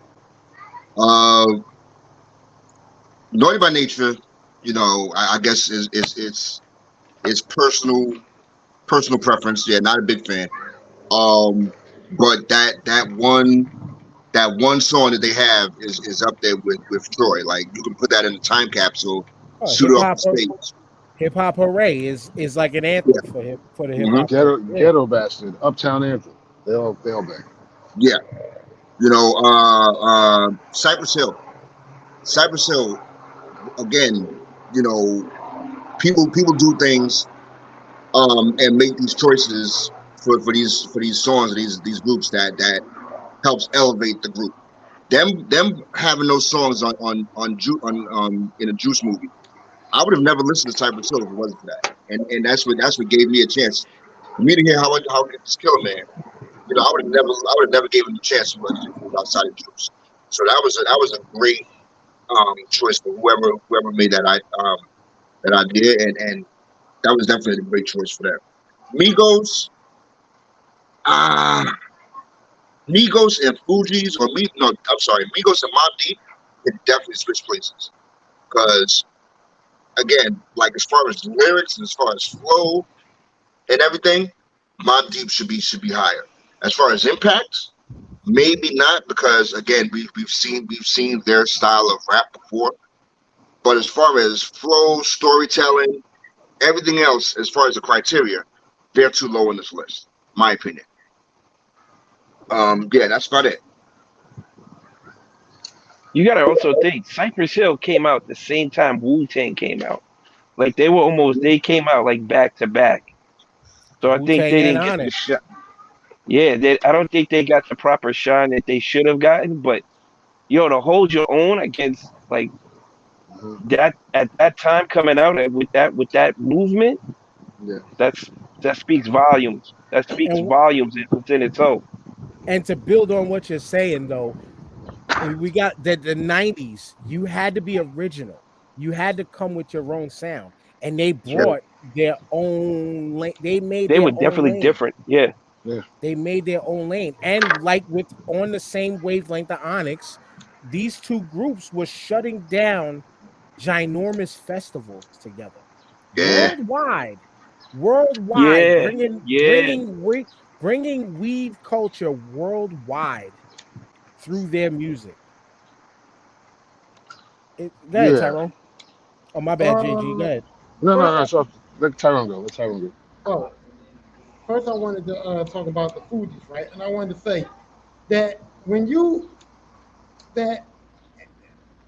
said they don't talk about Blood on Reality, which was a solid album for me, which I enjoyed before the score came out, which I knew about and listened to before the score, and I think it's solid.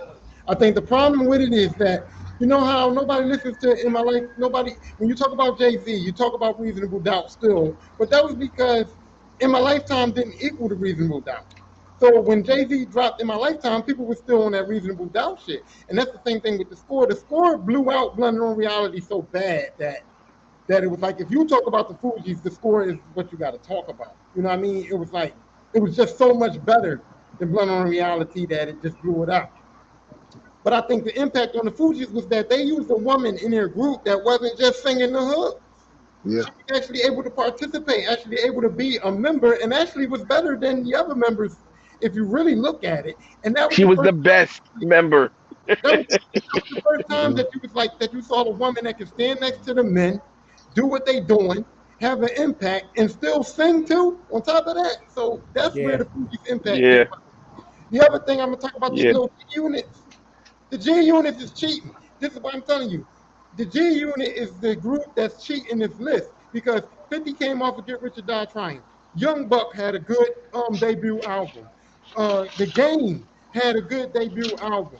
You see what I'm saying? And that's the reason why G-Unit as a whole had impact. Nobody don't care about the G-Unit album. They just was coming off of Get Rich or Die Trying, coming off of Young Buck shit, coming off of Game shit. So when G-Unit was as a whole, we was buying G-Unit sneakers and rocking it and saying that, but it wasn't because of them as a group. It was because of all of their individual impact that just made us rock with them. It was the movement. You know what I mean? Lloyd Banks was a mixtape king back then. But all of that was based off of what they he was a mixtape king. All of their impact, all that shit, buying them sneakers, that came off of what they was doing individually. That ain't come off of them as a group. So that's kind of, them fools is cheating. But 50 and Game sounded nice together, though.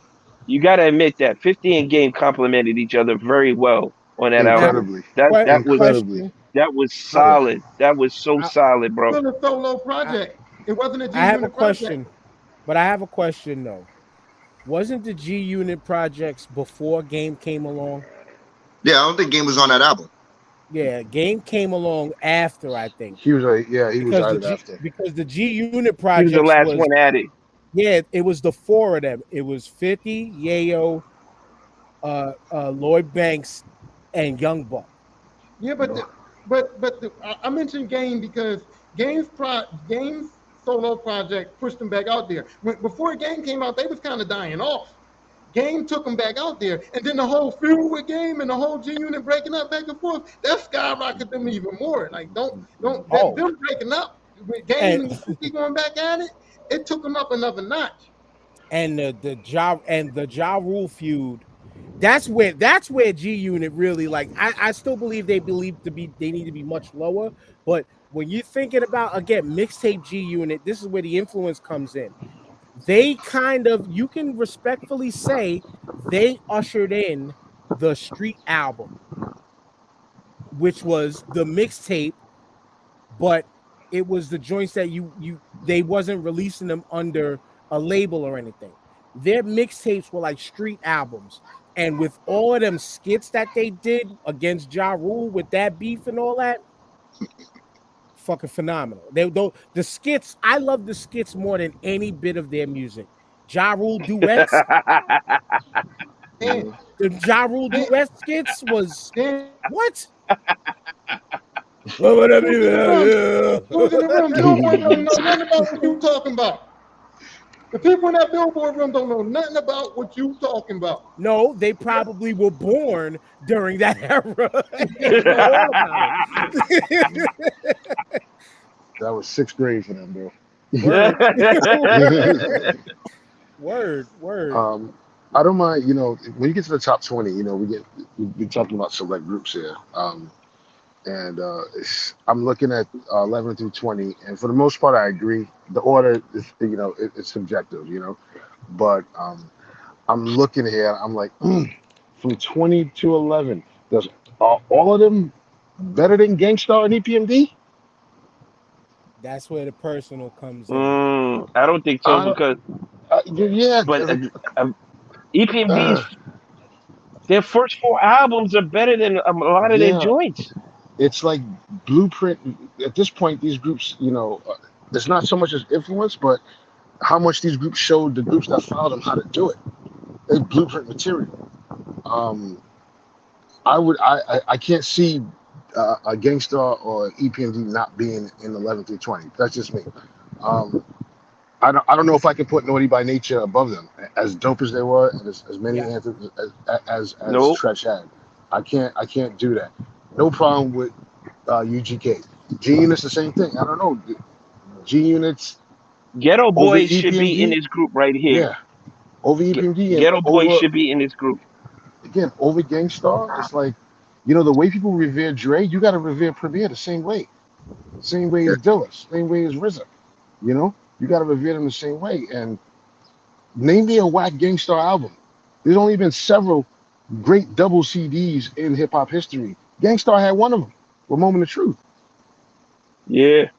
And, with influence and inspiration and sales, sometimes blinds to skill. The number one foundation thing of hip hop was just how good were you?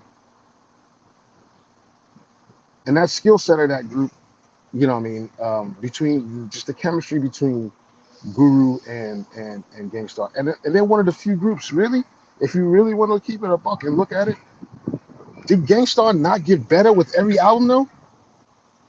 Facts. Yeah. Check out Guru's pen play between the first 2 albums to Moment of Truth. You know what I mean?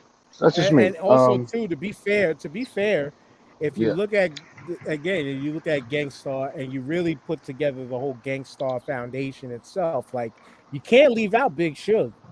No. Who held it down on the train that he appeared on and stuff like that. Like Freddie Fox, J. Rule, like they all represented when they were part of the movie. Yeah. You know what I mean? So that's just me. I think I'm taking more issue with Gangstar not being in the 2011 than anything else. Um, uh, I don't really have a problem with with the rest. With it's just really it was Naughty and G Unit. I think could swap with EPMD and Gangstar. Mobb Deep, I almost want to put them in top 10 because They're again we top 10, talk. man. Yeah, it's like come on, They're top we're 10. talking about their final, their top 10 for just probably one of the greatest rap records ever. You know what I'm saying? So, um, but everybody else is cool. It almost feels blasphemous also to have Flash and the Furious Five this at 12 and not in the top 10 because those brothers are the seeds where rap groups came from. You know what I mean? Blossomed from, figured out how to do it, and they were doing it at a time where rap wasn't about really sales. You know what I'm saying? Right. They were making a way for themselves. So it feels like the top 10 we have to we have to look at it differently because we have to look at the top 10 as the fertile ground from which hip hop grew out of. Because these guys didn't have anybody to show how to do it. They had to figure it out themselves and create it. You know what I'm saying? Right. And then And I think they influence everybody else. A placement like this too. When you talk about that group specifically, you're thinking about the impact of the message. Don't push Yes. me because I'm close to the edge. Yes. Like that record is one of the most important records in rap history. 100%. Yes. One of the most important records to the culture in general. Broken glass everywhere. People pissing in the corners here. Just don't care. Just don't care. Can't take the Because, smell, can't take the noise. Got no money to move out. Yeah, we keep going. We can do the whole song, but I think that song probably is because there were groups before them. Where's Furious Up? Where's Grandmaster Caz's group? Who again, Foundation. Foundation, and that's where I may have a problem with top 10. But like with Grandmaster Flash and the Furious Five, is that song? The message was region proof, and it hit every black person in America young black person in America who was about the culture at that time. It described living conditions for a lot of our population on a mainstream level that no one had ever heard. And that's how important that record was. Right. But sales come into play, which goes unfairly against them because sales wasn't a thing back then, just as much as albums truly wasn't a thing back then, though they did have an album. But let's get to this top 10. Right. The Roots, De La Soul, Salt and Pepper, Eric B. and Rakim, Public Enemy, Run DMC, A Tribe Called Quest, NWA, Wu-Tang, and at the number one spot is Outkast. For me, personally, this is where Outkast could fall to number 4 or 5. But Outkast is at number 1 because of their astronomical album sales. But you're also taking 2 beyond phenomenal MCs into account. And they put Atlanta on their back and went like this, straight up. As Michael Jordan said, it was the sky's the limit and the ceiling is the roof for Outkast. Like there was no stopping where Outkast went to. So I'm not fully mad at them being number 1. I could get it. And it's more behind album sales. Influentially, I don't think I've ever heard anybody out of Atlanta say something bad about them. And then global impact, they've done tremendous numbers around the world where everybody knows who Outkast is.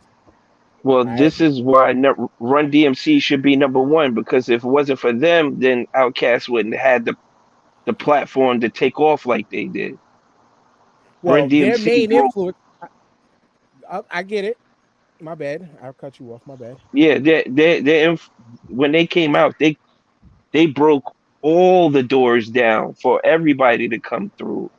First video to be played on MTV, like the first rap group to perform on a huge stage at Live Aid, the only rap group at Live Aid. You know what I'm saying? When that shit was nothing but rock bands and solo artists. Um, their cultural impact with performing with Aerosmith for Walk This Way. Nobody was doing what Run DMC was doing at that time. They set the bar at a very high level, and they paved, and would more like to say, they gave the blueprint, planted the seed, whatever you want to call it, for all these rap groups to come in behind them. The first group with a branding, Adidas, all this merch, everything, putting your shoe up at a concert for my Adidas. Nobody was doing what Run DMC was doing at that time. They crushed so many obstacles for these groups to be where they're at right now. They should be number one off rip. But let me go back again, because this is now age bias coming into play. I agree with everything you said. Every little word is actual factuals, no deniable, nothing to deny, right? But you always need somebody to set the table. And these other groups took that ball, ran with it this way, straight up. Because it's like what you say. You want your kids to be better than you. That's what it was. Your kids are better than what you are. Yes, because now to have Outkast over a Tribe Called Quest was purely about sales. When Outkast's number one influence was a Tribe Called Quest, and Andre 3000 said it that he wanted to be what a Tribe Called Quest was, and that's what they were. But then took it in a totally different aspect and made them the greats that they are today. NWA gave us the realest aspect of the streets ever at that time and put the West on.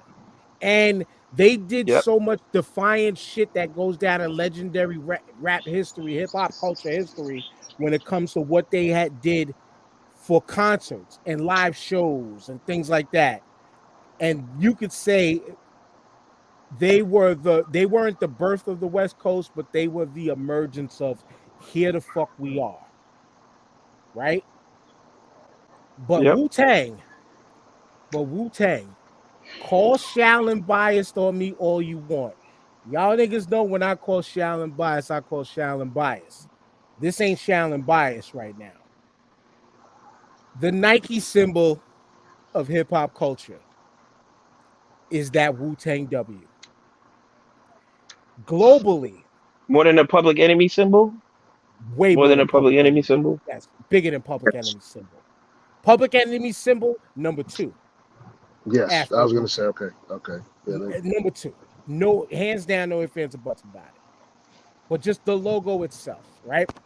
Wu-Tang, 9 members, 9 rappers who are all good to phenomenal rappers. And I said good to phenomenal because we all know people love to shit on U-God. U-God style ain't for everybody. I love U-God. But when you are a group that you have that large of a contingency, right? Who then, we're not going to talk about who they all birthed and splintered just under the Wu-Tang banner itself. The RZA himself came in with a sound unmatched. And, excuse the car, and with said sound that's unmatched, there's layers to his influence. Brought along a beat making and production style that many tried to copy till this day. Brought along that digital sound that still sounded analog and dusty and dirty, but was one of the first out there using some of the top digital equipment around.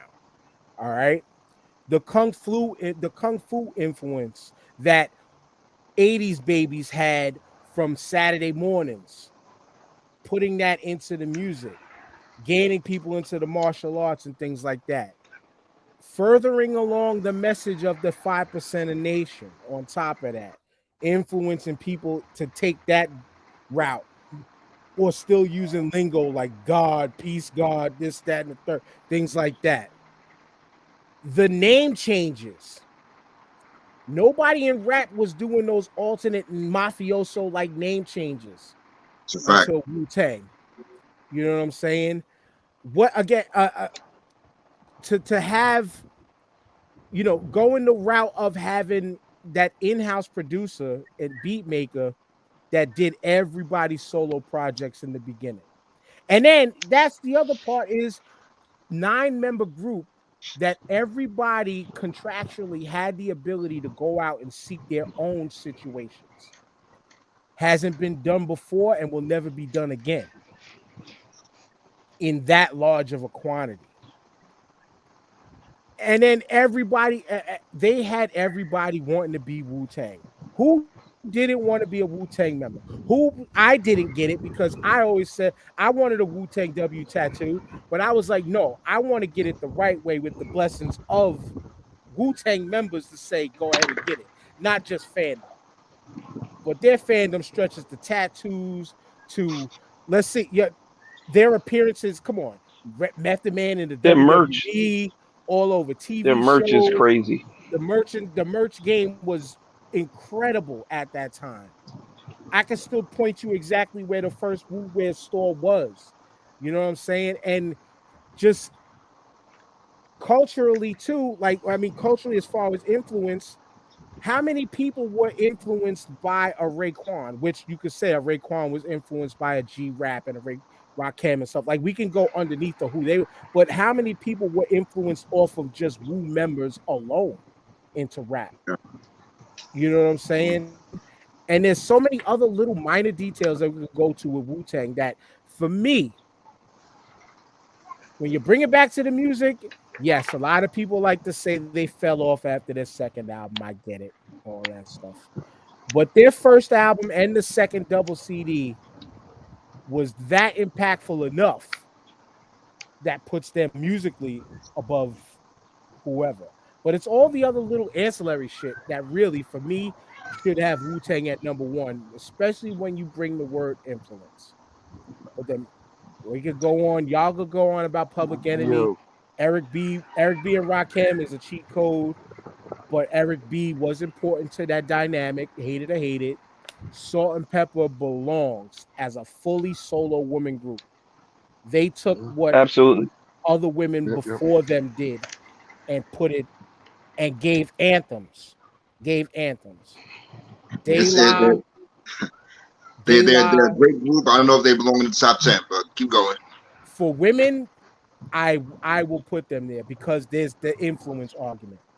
The Roots, you're looking at sales, you're looking at Tyrone. I want you to go ahead on with them. But the Roots was one person with the band, though. They were not one person with the Malik band. No, Malik B. My bad. Dice Raw, Malik B. Because you're Dice Raw. Yeah, Dice Raw and Malik B. Yep. And they haven't even been successfully duplicated, so I don't got a problem with them being in that part. Brothers, I got to dip out. I'm sorry, man. Just gonna jump in real quick. I got no problem with this top 10. The order, maybe. I can't see Outkast as number one, as dope as they are. These are all trailblazers in the genre and for the culture. My number one would be Wu-Tang or Run DMC, frankly. But as far as the top 10 on this list, I still think we need one of those old school groups up there, just based on influence. I would put Grandmaster Flash in there. I could see the lineage of evolution between De La Soul, Outkast, and Tribe.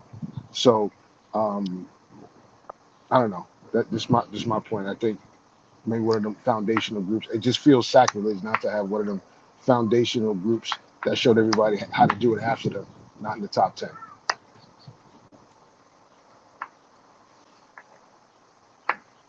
Sure. Well said. Yeah, I don't know. I see about. I'll be honest with you. This the top 10. I really don't have too much of a problem, except for maybe two groups out of it. But I can see six groups here that can easily be in the top, easily be number one. You know, I'm a huge Outkast fan, but I love Wu-Tang. I love Tribe Called Quest more. You know, but yeah, you can't go wrong with number one. But NWA, were they impactful? Yes. As far as lyric wise, probably not as good as this top 10. And Salt and Pepper, I already mentioned that. They belong They belong in the top 20. I don't know about top 10. You know, so yeah, that's my take on it. All right, brothers. Yo, peace to all y'all. I'll catch y'all next week. All right. Yes, sir. All right. All right. Go ahead, Tyrone. Yeah, salt and pepper for me is salt and pepper makes my cheating list. They cheating. Salt and pepper's cheating because salt and pepper's only up here because they both women. That's the only reason why they in the top 10. Let's be clear. If they in the top 10 because they women. If salt and pepper was two dudes, based on their music, they might still make the list, but they'd be down bottom. They only had impact because it was two women and it was a women group, and so that's more impactful because there ain't no other women groups on here as you can see except for the City Girls. You know what I mean? So salt and pepper gets in the top 10 by default for having vaginas. Okay. Now, Outkast can be top 10, but it's basically Wow. themselves and because they're good artists. Outkast had no impact for me. Matter of fact, I really feel like Outkast stole the shit from Kylie. All the fly shit Outkast was doing, that was Dre and Snoop shit for me. The drop tops and all that was Dre and Snoop shit. So Outkast didn't really have no impact on me as far as life is concerned or as far as what they was doing. Yeah, their music was smooth, but I got smooth hip hop from Cali already. I already heard the Chronic. So I ain't really need Outkast, you know what I mean? So they can go down a little bit. You know what I like about Run DMC? They kind of made us accepted by white people in hip hop. Because the only rap music white people accepted before that was like Will Smith, but he was bubblegum, he was corny. Run DMC actually made white people actually think that hip hop was kind of cool. You know what I mean? They got into hip hop was cool because Run DMC was cool to these white folks, and that kind of broadened the whole hip hop horizon. So I would move them up some, and I would just move Outkast down, and I would take Salt and Pepper and just drop them where they belong if they had dicks, and that's where I'm going with that. That's crazy. That's crazy. Oh man, misogynistic. It's not though. I mean, I'm respecting them, but they here because they women, man. That was rub and tug levels of misogynistic.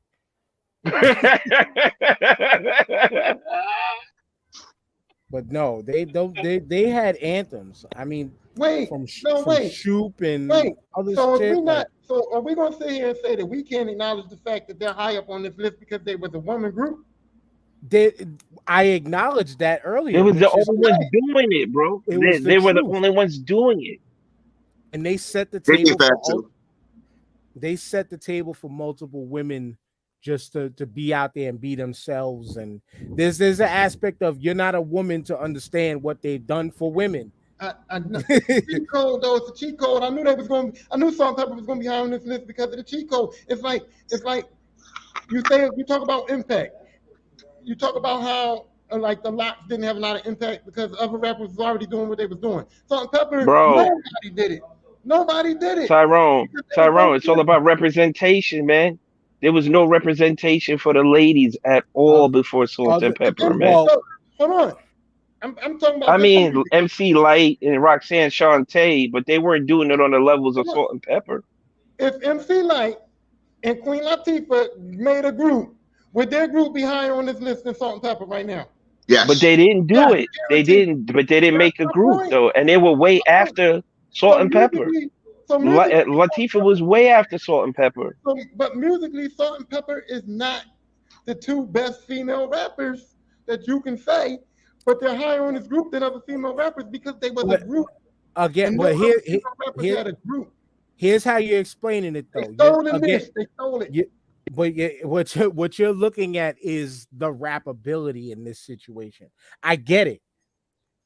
MC Lyte, Queen Latifah, Moni Love, even some of the Shy Rocks and all them from before them. Nikki D.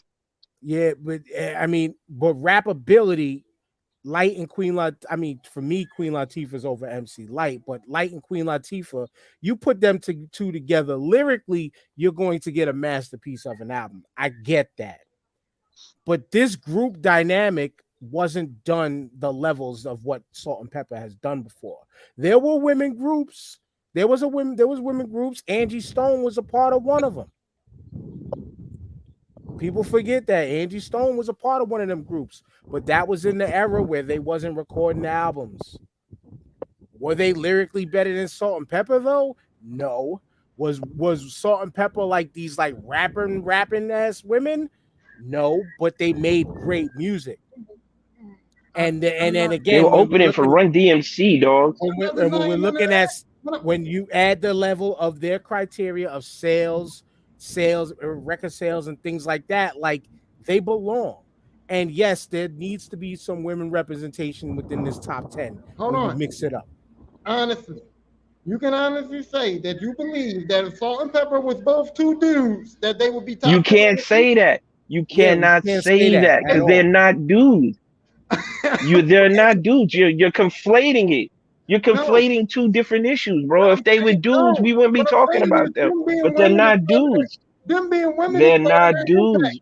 Hold on. Them being women is part of their impact, and impact was a big part of their criteria. Yes, it is. So that's how they got up to top 10, in my opinion. No, they did. They earned that, bro. They earned that. They earned every bit of that. They earned it because of their impact as women. If they were two men, their impact score would go way down. I agree, because guess what? If they were men, they would have been doing what every other male group was doing at the time. But guess what? They are not men. Henceforth, why they belong where the fuck they belong. That's all I'm saying. That's okay. I'm glad they had the cheat code because they deserve to be where they are. That's all we're saying. They absolutely deserve to be where they are. Of course, if they had pink, well, we're not going to break down the anatomy of a woman, but the clitoris is we're not going there. They belong where the fuck they are. They belong within this top 10. Okay, can we talk about representation matters, man. Representation matters, bro. Yes. Can we talk about NWA? Because so for that matter, then NWA is up on this list also for the impact. I'm guessing because absolutely. Yeah, I guess. I mean, no, bro. They were selling out arenas, bro. Yeah, because they were West Coast. I mean, and lyrically, Ice Cube could be in anybody's top 5. Ice Cube is the reason why I created a Legends bracket, because I would always personally forget to put Cube in my top 5 because Cube was that masterful of a rapper at that time. He wrote a majority of the group's lyrics outside of MC Ren's. Right. Word. Yeah, I get that. So lyrically, you can look at one person for the whole group, but lyrically, their music was so strong. It was hard to top at that time. Come on, straight up and down. Fuck the Police. Straight out of Compton, 100 miles of running. Like, they had bangers, man. Yeah, here's the thing, too, though.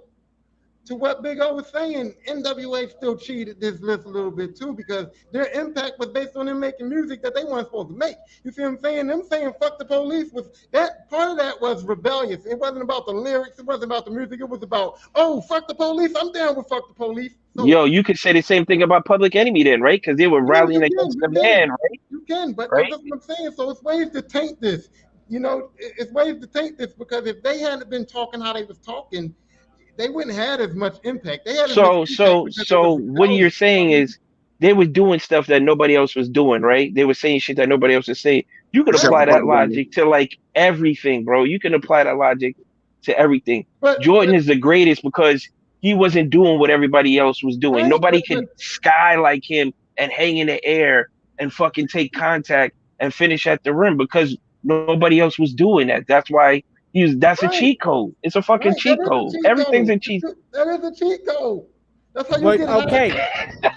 But here's the thing: we keep saying this is a cheat code. That's a cheat code, but we can't deny that that's what it was at that time, and it wasn't a cheat code at that time. Revisionist history may call it such, but for in the moment at that time, nothing punched you harder in the face than NWA just breaking out into the screen. And just, again, just coming straight out of Compton, a crazy motherfucker named Ice Cube, from a gang called Niggas with Attitudes. Like that, like just that opener alone is just like, whoa, who the hell are these people? And then they gave us Wu-Tang. and then they gave us the insight to what Cali gang culture was that we've never seen before out for anybody outside of California. We've never seen that before. We've never opened that before. They brought in a whole new world to people who don't know what's going on. And it showed us, like DJ Quick said, this place is just like Compton. That place is just like, they relate to so many other regions, but here we're making our mark. This is how we get down over here. This is how it gets down over here. These are the tales of the streets that you're not hearing from our side. They put that whole state on the map with just coming out the gate again, straight out of Compton, a crazy motherfucker named Ice Cube from a gang called Niggas with Attitude. Just to open it, it sounds so simple, but it's such an impactful bang. Here we are. And then you keep going, and the rhymes was dope. They were dope. You're not getting, and then too, at the time, it was a more storytelling based type of rap. It wasn't the metaphor simile rap that we eventually gravitated to within the 90s, where everybody was worried, it was Lyrical Miracle raps and all of that shit. You know what I'm saying? It was a more reality storytelling based rap style from a coast that we knew nothing about. And then, like we mentioned before, they gave us culture. My bad, I stopped so you can finish. Go ahead, finish. I was just saying they. Go ahead. They gave us culture like we didn't know what the fuck Compton was or where it was at before these niggas came out. I didn't know about any parts of cities outside of Los Angeles. I didn't even know Compton was a part of Los Angeles at that point in time. You know what I'm saying? They just put us on and gave us insight to something we could only imagine in our heads what it was like. We were getting it live they were reporting live from where they was at about their gang culture and what life was. It wasn't a cheat code. They were giving us instructions on how to move in Cali when you was out there type shit. You know what I'm saying? And then going back to what we mentioned earlier about stage presence and performances and stuff. And like, they were all over the map, getting booed out of places, but taking those bumps in the road to where they became getting arrested on stage. Facts. They got arrested on stage, bro. Yeah, because nobody was doing that. They were told not to perform a song and begin again. Hip hop, the rebellious culture that it is. Fuck that. The people came to hear us do this music. We're doing it. Taking them life chances on themselves to show artists, yo, fuck that. Be yourself and do you. NWA wasn't for everybody, but they were for me. They were, and I hold them so dearly because I always credit NWA to being the group that made me love rap music. Well, then here's where I can make my point. I can elaborate my point. NWA wasn't for me, but I knew about. There you go. I listened to them. I felt what they felt because of what they were saying. I thought their lyrics was mediocre. I didn't really care for their beats. I didn't really care for them as a group, but because of what they were saying, I could rock with it. So that's my point that I'm making. It's like they weren't good to me, but they had a message that they were saying shit nobody else was going to say. Agreed. I agree. I agree with everything you just said right there. You know, me coming from New York and breaking down lyrics and all of that. Me listening to NWA, it was mediocre at best. You know, and this is being spoiled listening to Public Enemy and Boogie Down Productions and early Tribe. You know, yeah. Well, Tribe was way after NWA, so that just about 89. That NWA is when did you get on to him is really, but Tribe was way after NWA. They weren't right there. They weren't right there. But again, just as a foundational mark, and Hey, like it's impact for them is just it's more than the music. That to me is what should have made most of this top 10. It's wait a more minute. than just the music. It's more than just the sales. Hold on, Dan. You kind of making a little bit of mistake here when you're talking about the time frame of when groups was coming out, when groups was popping and doing what they want to do. You got to also understand the time frame of when we was allowed to listen to it. Okay, if Oh, NWA you're came right. out in '82, I was fucking 3 years old. I couldn't. Yeah, No, they I came out in agree. 88, 87, when 88. NWA But started popping, I probably did hear. you're right. How old? I heard them. You know what I mean? How I old were feel you in good. 1988? How old are you in 1988? 9. Oh, see, I was in junior high school I was already. I 9 was years in old high in school. '88. So I was when a I started I was listening a to rap freshman in music, high school. So what that's I'm a saying. different impact altogether. So Yeah. I'm saying when I started listening to rap music, I probably got NWA at the same time that I got Tribe. You know what I mean? Yeah, I agree with you because what I'm So saying? Tyrone, it's the same. It's the Tyrone. same way with me too. I got them late. I got them later, but when I got them, that they were for me my turning point into rap deeper. But it's So when here you're right. it goes back to your thing again, Dan. Who was in the room when the list was being compiled? Because you needed an older person in there too, and then you got Tyrone's generation, you got my generation, you got Tyrone's generation, then you got O's generation, and then you got two more iterations of generations after that. You needed all those people in the room to discuss those perspectives of when they received the music and when the music actually came out. Because it's different for me when it actually came out, because I was there when it actually came out, as opposed to you guys hearing it when you were into it. By the time NWA came out, Tyrone, you said yourself, you couldn't play no music in your crib. So there was no way you was listening to NWA at that time. Absolutely not. You still on Fresh Prince.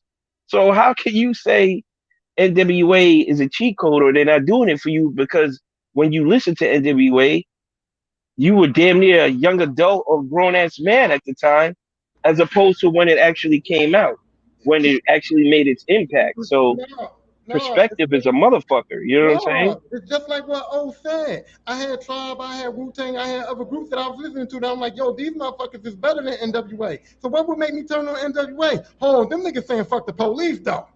You see what I'm saying? So I didn't want to listen to them. I don't want to listen to them because I thought their music was good. Because I was like, Tribe's better, Wu Tang's better, this group is better. But them niggas saying fuck the police, I'm turning it on. Yeah, wasn't nobody saying that. Right. But here's another part of it. You made a hella valid point. When did you absorb this music when it came on, when it came out, and how did you absorb it? You know what I'm saying? But because TJ just so greatly just skipped over the fact that I'm in Tyrone's generation, as we discussed, we're only a year apart.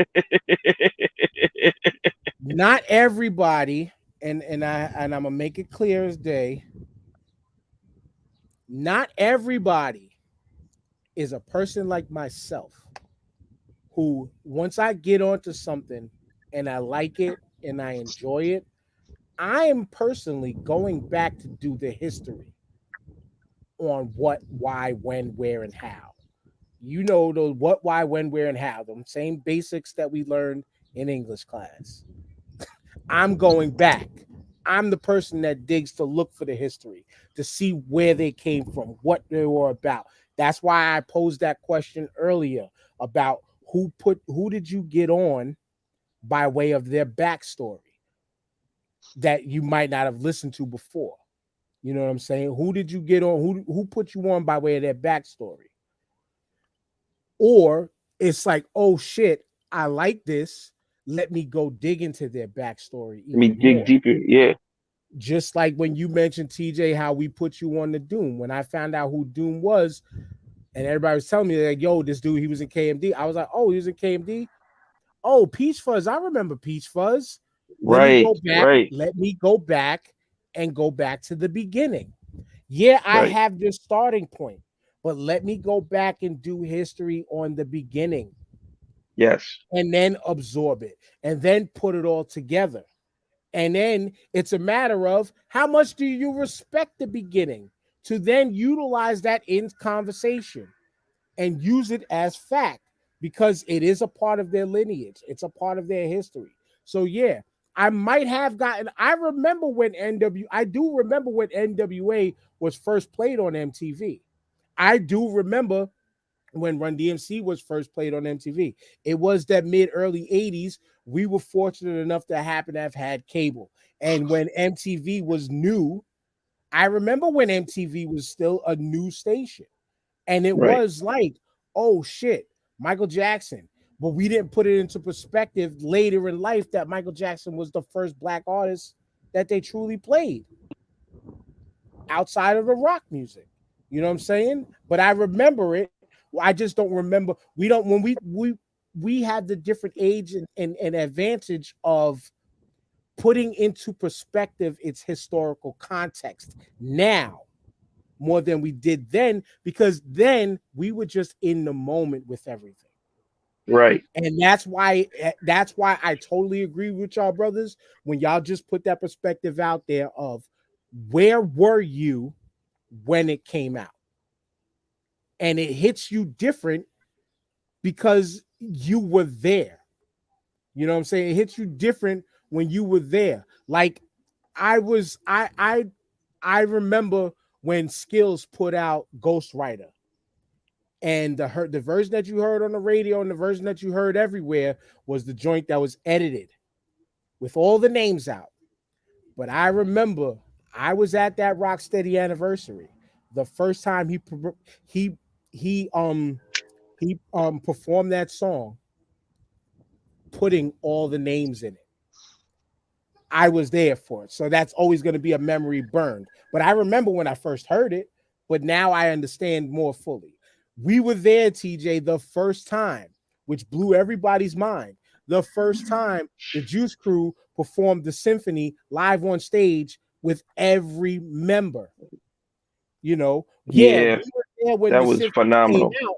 We were there for the moment the symphony came out, but it gave different historical context when we were actually there for the moment of them performing it for the first time. There's little things within this whole conversation that I brought those up to just say, like, it is important to remember the context of where were you in certain moments? Where were you when a lot of this music came out? And that's why, like, this was a good conversation over this list because we disputed almost every 10 block that we counted. So, Before- Dan, should that be part of the criteria? Where were you when the music came out? That should be a part of the criteria. Absolutely. You would think so, but you can No, clearly they see skip. you can They skip clearly over see- that. exactly because the end of all of this, who was in that room?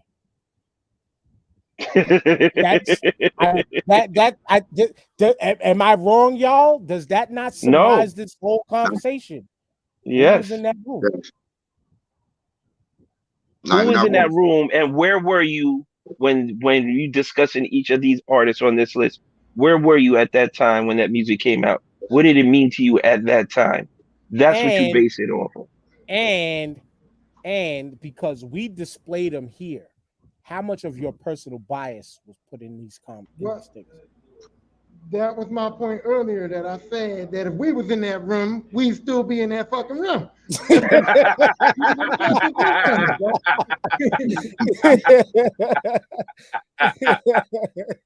That's valid. It's valid. It's valid. We might have came to blows about fighting over Wu-Tang not being number one, even though I think we would have came to that consensus. So now as we going to discuss who missed the list for you guys? That's up to y'all. What's up to y'all? One name that popped out for me was Griselda. You know, I was surprised to see them not on that list. Is that recent? Recent bias though? I mean, they only been 5 years, if that. Yeah, it's been 5 years and they only came out with one album, but they're solo. I guess them being solo artists, and that's where they're out of the conversation. Because where is their group? Where is their group album?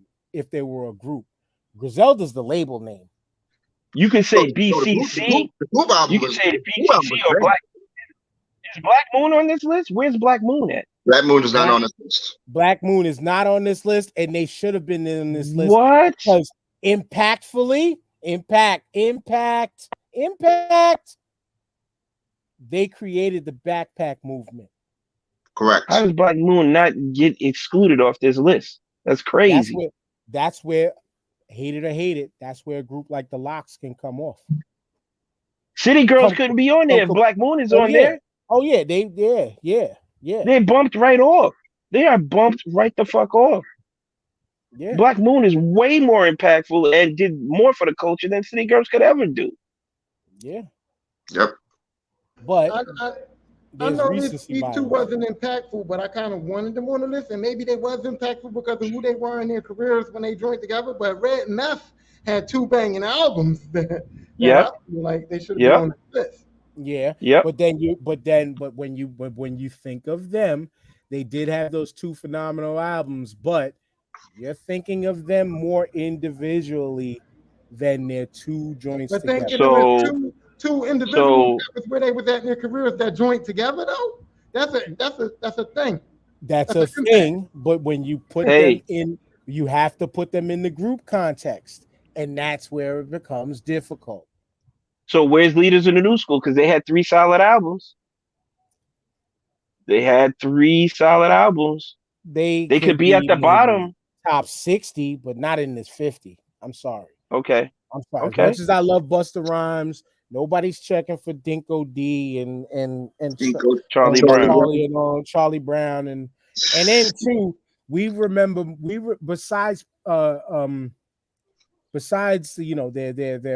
singles that we know, we remember Leaders of the New School more about their messy breakup. Let's keep it real. Let's keep it real. Yeah. Let's keep it real. You know, like when I presented this to y'all and I was talking about how the show that I was listening to, like they was just throwing names out there willy-nilly, like they were getting personal. Like they was like, yo, how is Nice and Smooth not on this list? Easy. Yeah. And we got where are they at? Nice, but it's where easy that they're not on this list. Easy. That's our New York bias coming in. Where they was like, yo, where's Smith and Wesson? Smith and Wesson don't make it on this list before Boot Camp not being on this list. Right.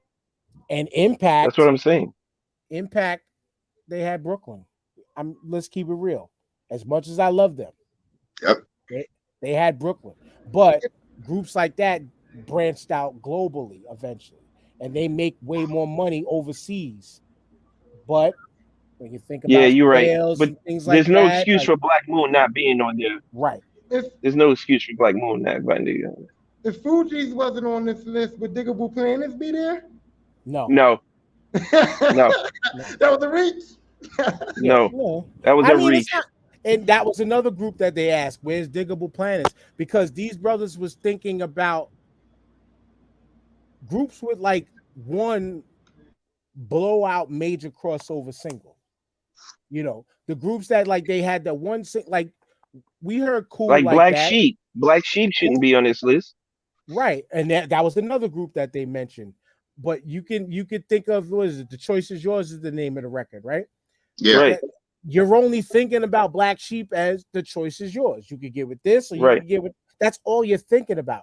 Did it have an impact? It had an impact in the clubs. It makes people dance, it makes whatever. You can play it at any kind of festival. Everybody grown to eventually know the record.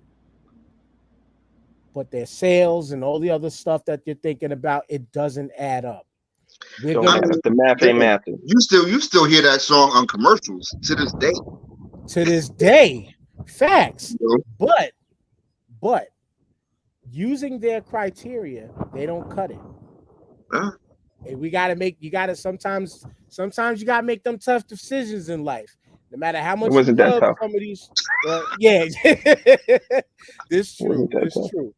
There's mad groups though. Like I could be the one to sit back, like, yo, where's Company Flow? Where's Black Alicious? Where's fucking Cannibal Ox? Like all the groups that I love. Where are they at? Where's freaking Nonfiction at? Like all the underground. Like where? Army of the Pharaohs and all that shit. Yeah, like you can go on Like, Alcoholics. list for Where days. the Where's alcoholics at? alcoholics? Where, Putting yeah, City where, You know Girls what? on this list is pretty tough. The Alcoholics could have made this list. I'm sorry, the Alcoholics could have made this list. I don't think so. Putting City Girls on this list was pretty tough. I think It's that was Yeah.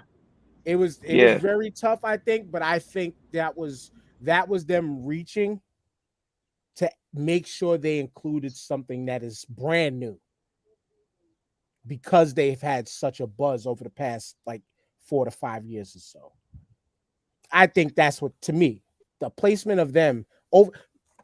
They shouldn't have been placed, and it's not because they're women. They should have not been placed over any group. Nope. Not even an MOP. Nope. They should have been But if you 50, get 50A or 50B, something like that. right, Not like, even. if you're giving them the respect of, okay, we got to add a collective that's new, that's doing it and killing it, just to show love, to try to show love to multiple eras of rap music.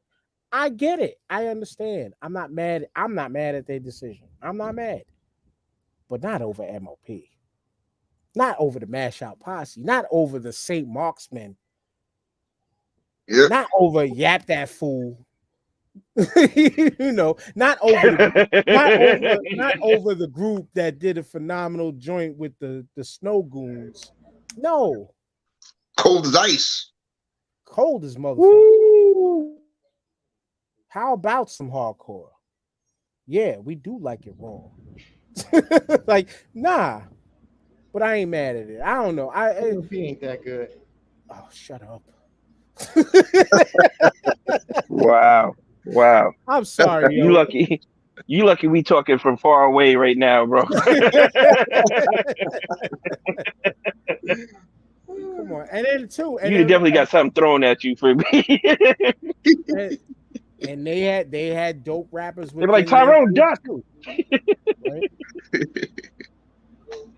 Yap That Fool. But yo, this was fun. This was cool. This was dope.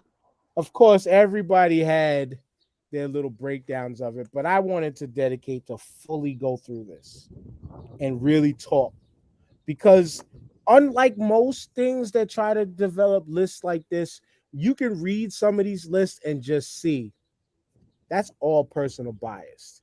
I commend them for at least trying to build a foundation of some type of criteria to follow along with. I can commend that. But the question of criteria, again, when you look at some of these names, even if you like every 50 in it, placement on this, to me, and then everybody else can say their point, placement on this to me was just a little messy and could have been fixed in multiple different ways. What say you, Tyrone? Like, again. My final thought on this list is that no matter what the criteria was, no matter what they said, no matter what they tried to do, whatever, I think they got the top 10 almost correct. You know what I mean? I mean, you could tweak a little bit, but the top 10 is all that really matters, and that top 10 is formidable as far as I'm concerned. So I think that this list is all. I think the top 10 redeemed most of this list. For me. I agree with that. Oh, Yeah. To a larger extent, the 50, save for maybe 3 or 4 groups that should have been left off this group, I'm okay with it as far as who's on it.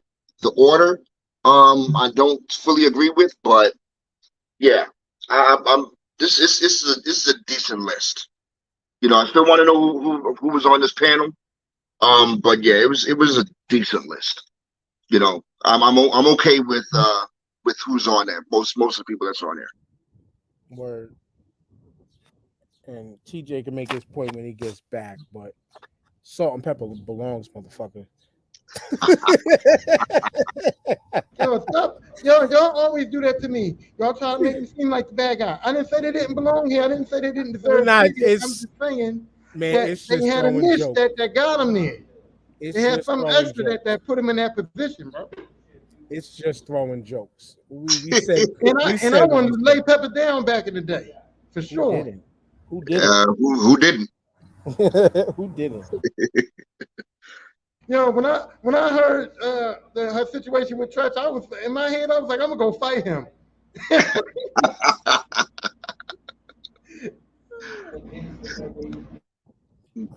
Crazy. But whenever TJ gets back, he's back. I'm back. Okay. Yeah. Like O said, I don't have a problem with like maybe a couple of people on the list.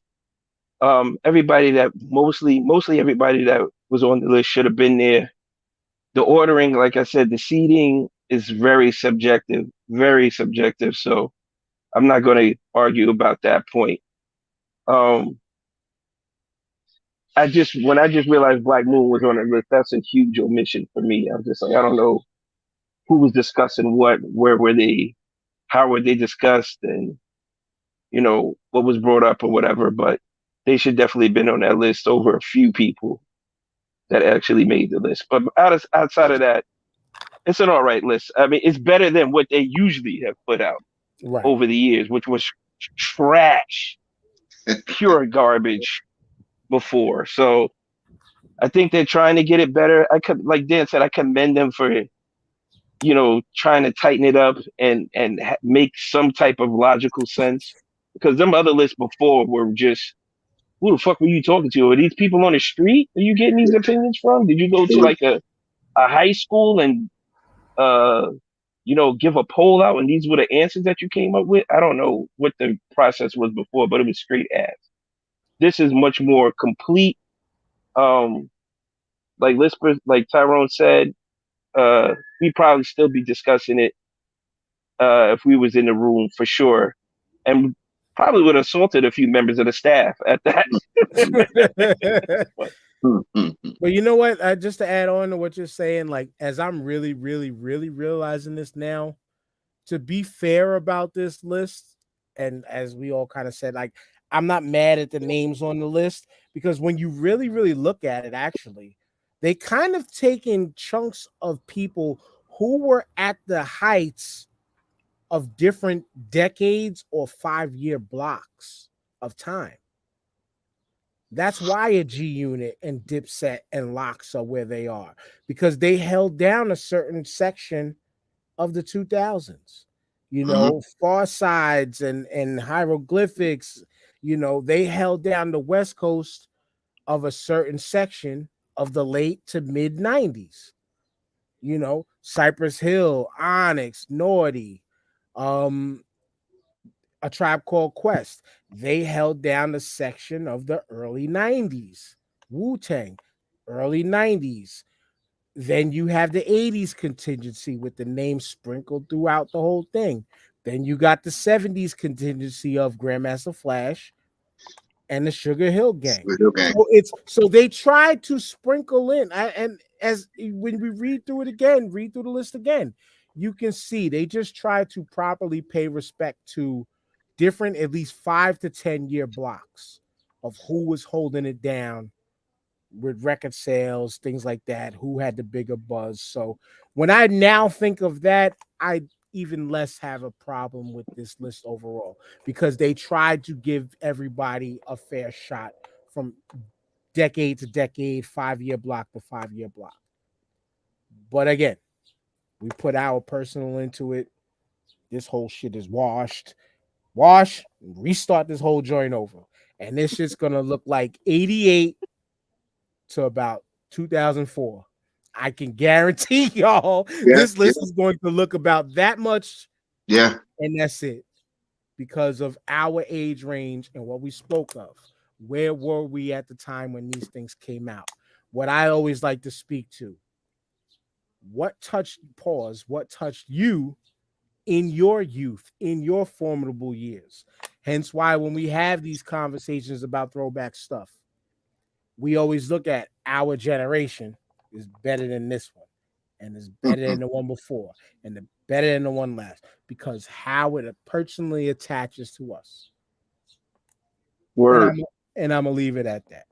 This was dope, y'all. Tyrone, you know what to do. Yeah, I'm feeling attacked here. I'm sorry. I don't like it. Okay, I don't like being the bad guy on here, but nobody's not going to play the devil's advocate on the team. It's going to be me. So now that's my new role, and I accept it, and I thank you for it, and I'm here for the smoke. You know what I mean? And that's all I want to say. Hey, no worries. I always play devil's advocate because I try to play all sides when talking, just so we can have a full round discussion. It's necessary, yo. Yeah, absolutely. This is a great show. Yeah, man, I love this banter back and forth with us. I still stick with what I said about Griselda. You know, that was my pick. There's a throwback to all the Mobb Deeps and the Locks and Dipsets. I had to get it out there because if I didn't say it, I would have been thinking about it all week. But great show, man. I enjoyed this. I can't wait for the next top 50, top 100 we about to break down. So yeah, can't wait, man. Can't wait till next week. Yeah, this was dope. Like I said, I love the perspective. I like when Tyrone comes in with his perspective because he's coming from a different region, even though it's only 3 hours away. It's a different region, a different perspective, and they were listening to shit way differently than what we were listening to here in New York. So I always appreciate that. You know, if we was all in the studio together, we'd have to get like rubber balls so we could throw them at each other and shit like that. It gets there. But this was dope. We're never gonna all agree on the same thing at the same time, unless it's something super egregious to everybody. But outside of that, you know, this is always dope content. This is always great discussion, and I love it, man. We just continue on this path and keep doing stuff like this every week. Word. There's one contingency I know we unite on is fuck the Cowboys, fuck the Red Sox. That's universal. Unless shout out to the homie Brian. He was in the comments. He said he's gonna go back and catch up. But yeah, take that how you want, Boston fan. But yeah, man, this was dope. This was dope, not dumb. This was dope. And yeah, if you're a person like me, I'm a New Yorker who was listening to outside shit. Outside of my walls of the 5 boroughs. I consistently, actually, a conversation we might have to have in the near future, like outside of your region, which we're East Coast, what to you is your next favorite region? And I only think about that as a topic for another day because I'm really starting to feel like Houston, Texas might have been my number 2. I mean, not excluding New York and the West Coast for obvious reasons. I think Houston, Texas might be one of my favorite sounds, period. But we're not going to expand on that right now. I just wanted to say that future episodes we might be able to talk about that. We'll sit back and rank them our style with our criteria, which will, if y'all answer your messages, we'll chop it up about building a criteria of our own for that type of conversation. We should get some people from some other regions to do that too. That would be dope. I tried to get a bunch of people from outside of here to be a part of this conversation. But we can do that. We have a resource for that. Shouts out to HHDG Media. If you need updates on dope music that fits what you like, check out hhdgmedia.com. The homie Wiki Ian hooks it up with the dope blogs from MCs that do dope shit. Hooksrub.com, 20% off your order. Use the code STARTING5. J1con.com, J1.con.com. It's coming up November 3rd to the 5th, Showboat Hotel. The Starting 5 is always in there, as we always host every year. Blackfinity Gauntlet. This year's Blackfinity Gauntlet. We're going to the space of Wrestle Talk. Tyrone just put up a dope video announcing us that we definitely there, chopping it up about the whole Wrestle Talk community. So anybody who's of the Wrestle Talk community, if you love wrestling, if you're a part of Wrestle Talk and you want to have the discussion to make the space a better place for everybody to try to avoid some of these conflicts, respectfully have discourse, things like that. I got a dope lineup so far of people who are some of the most eloquent and will slice you and dice you with their words, a part of this panel. Be there. And most importantly, especially if you love anime, gaming, cosplay, comic books, and there will cosplay wrestling will be back. So it's perfect that we're having the Wrestle Talk conversation, and wrestling is going to be back at J1Con this year. Tickets are always cheap. Hotel stay is Okay. pretty decent too. Check it out. J1con.com. Star5podcast.com as always to find all our shit. I know I keep mentioning it. I still gotta probably update a couple things, but we done. Peace to Ishtar, peace to Disabled Planets, and shouts out to Ill Magic for the homie Jamal. See y'all next week.